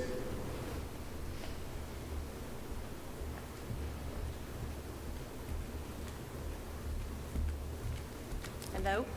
My name is Monica Pittard, and Mary and Robert Richardson are they're my aunt and uncle, and I grew up in Walter Hill, so I'm used to, very familiar with the area, and I agree with all of the opposition that has been brought forth today.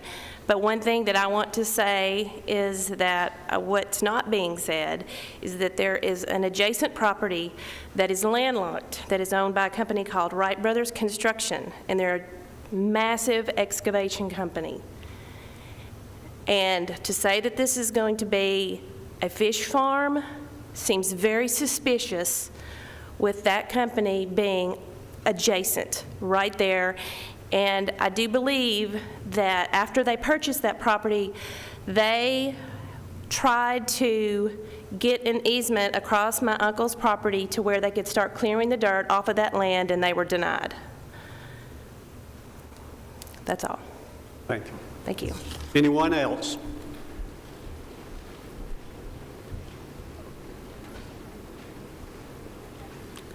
Do you want to come around? Anyone else that hadn't had a chance to speak?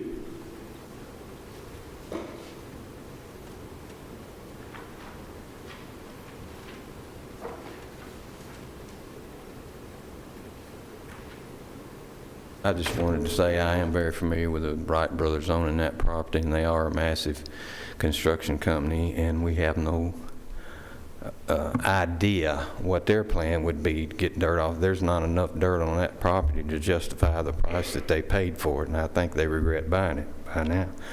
And we have no dealings whatsoever with them.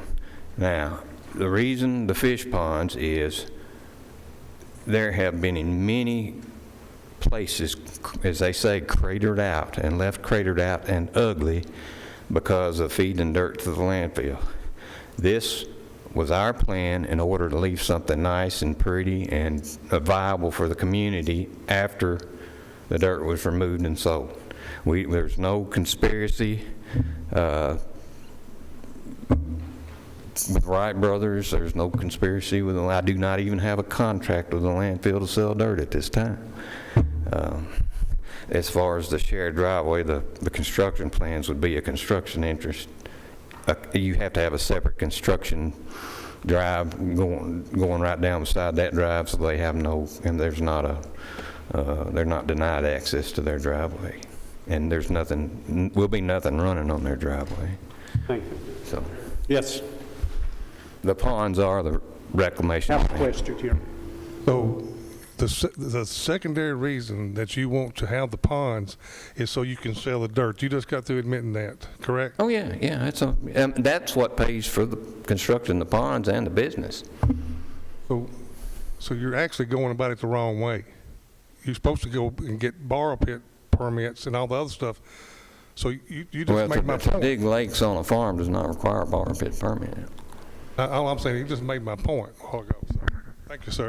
Thank you. Next. Anyone else?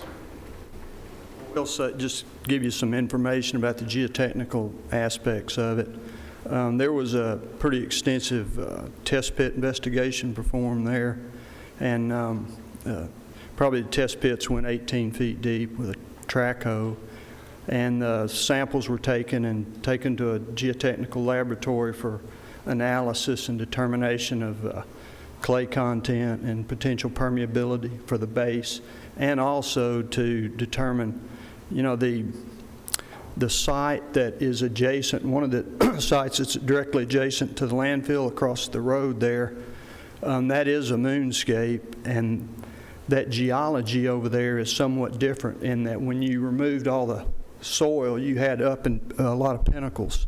And so in this site, though, the thickness of the soil was more consistent, and that was attributable to, at one time, the depositional environment's different than it was on the property, as you can see that moonscape there.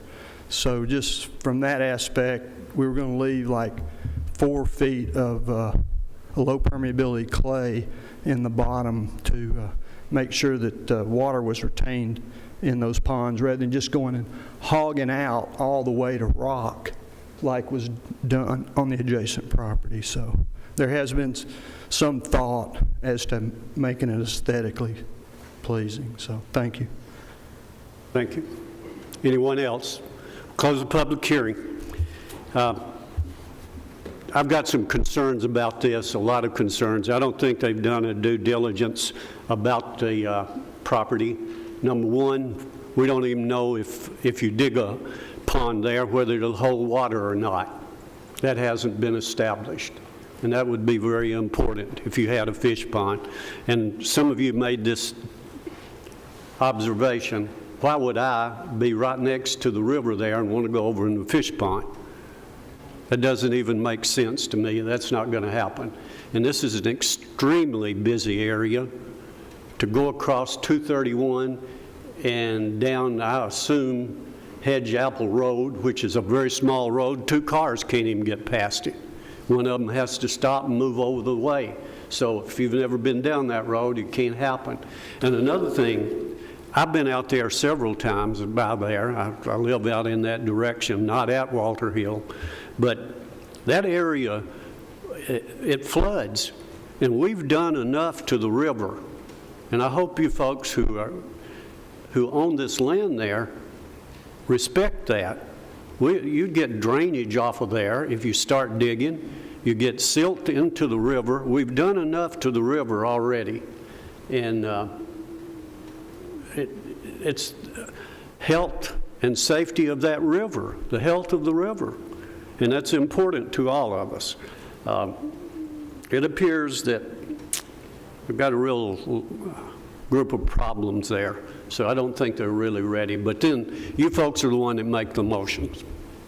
Mr. Chairman, I'll make a motion on this. I'll make a motion we deny the request based on the health and safety of the citizens and the welfare of those citizens out there in that area.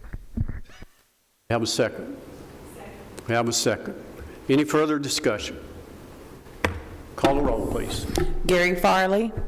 Yes. Veronica Buchanan. Yes. Joe Machado. Yes. Jerry Sartain. Yes. William Harper. Yes. Renee Curtis. Yes. Zane Cantrell. Yes. It fails. Do we have any other business coming before the board? No, sir.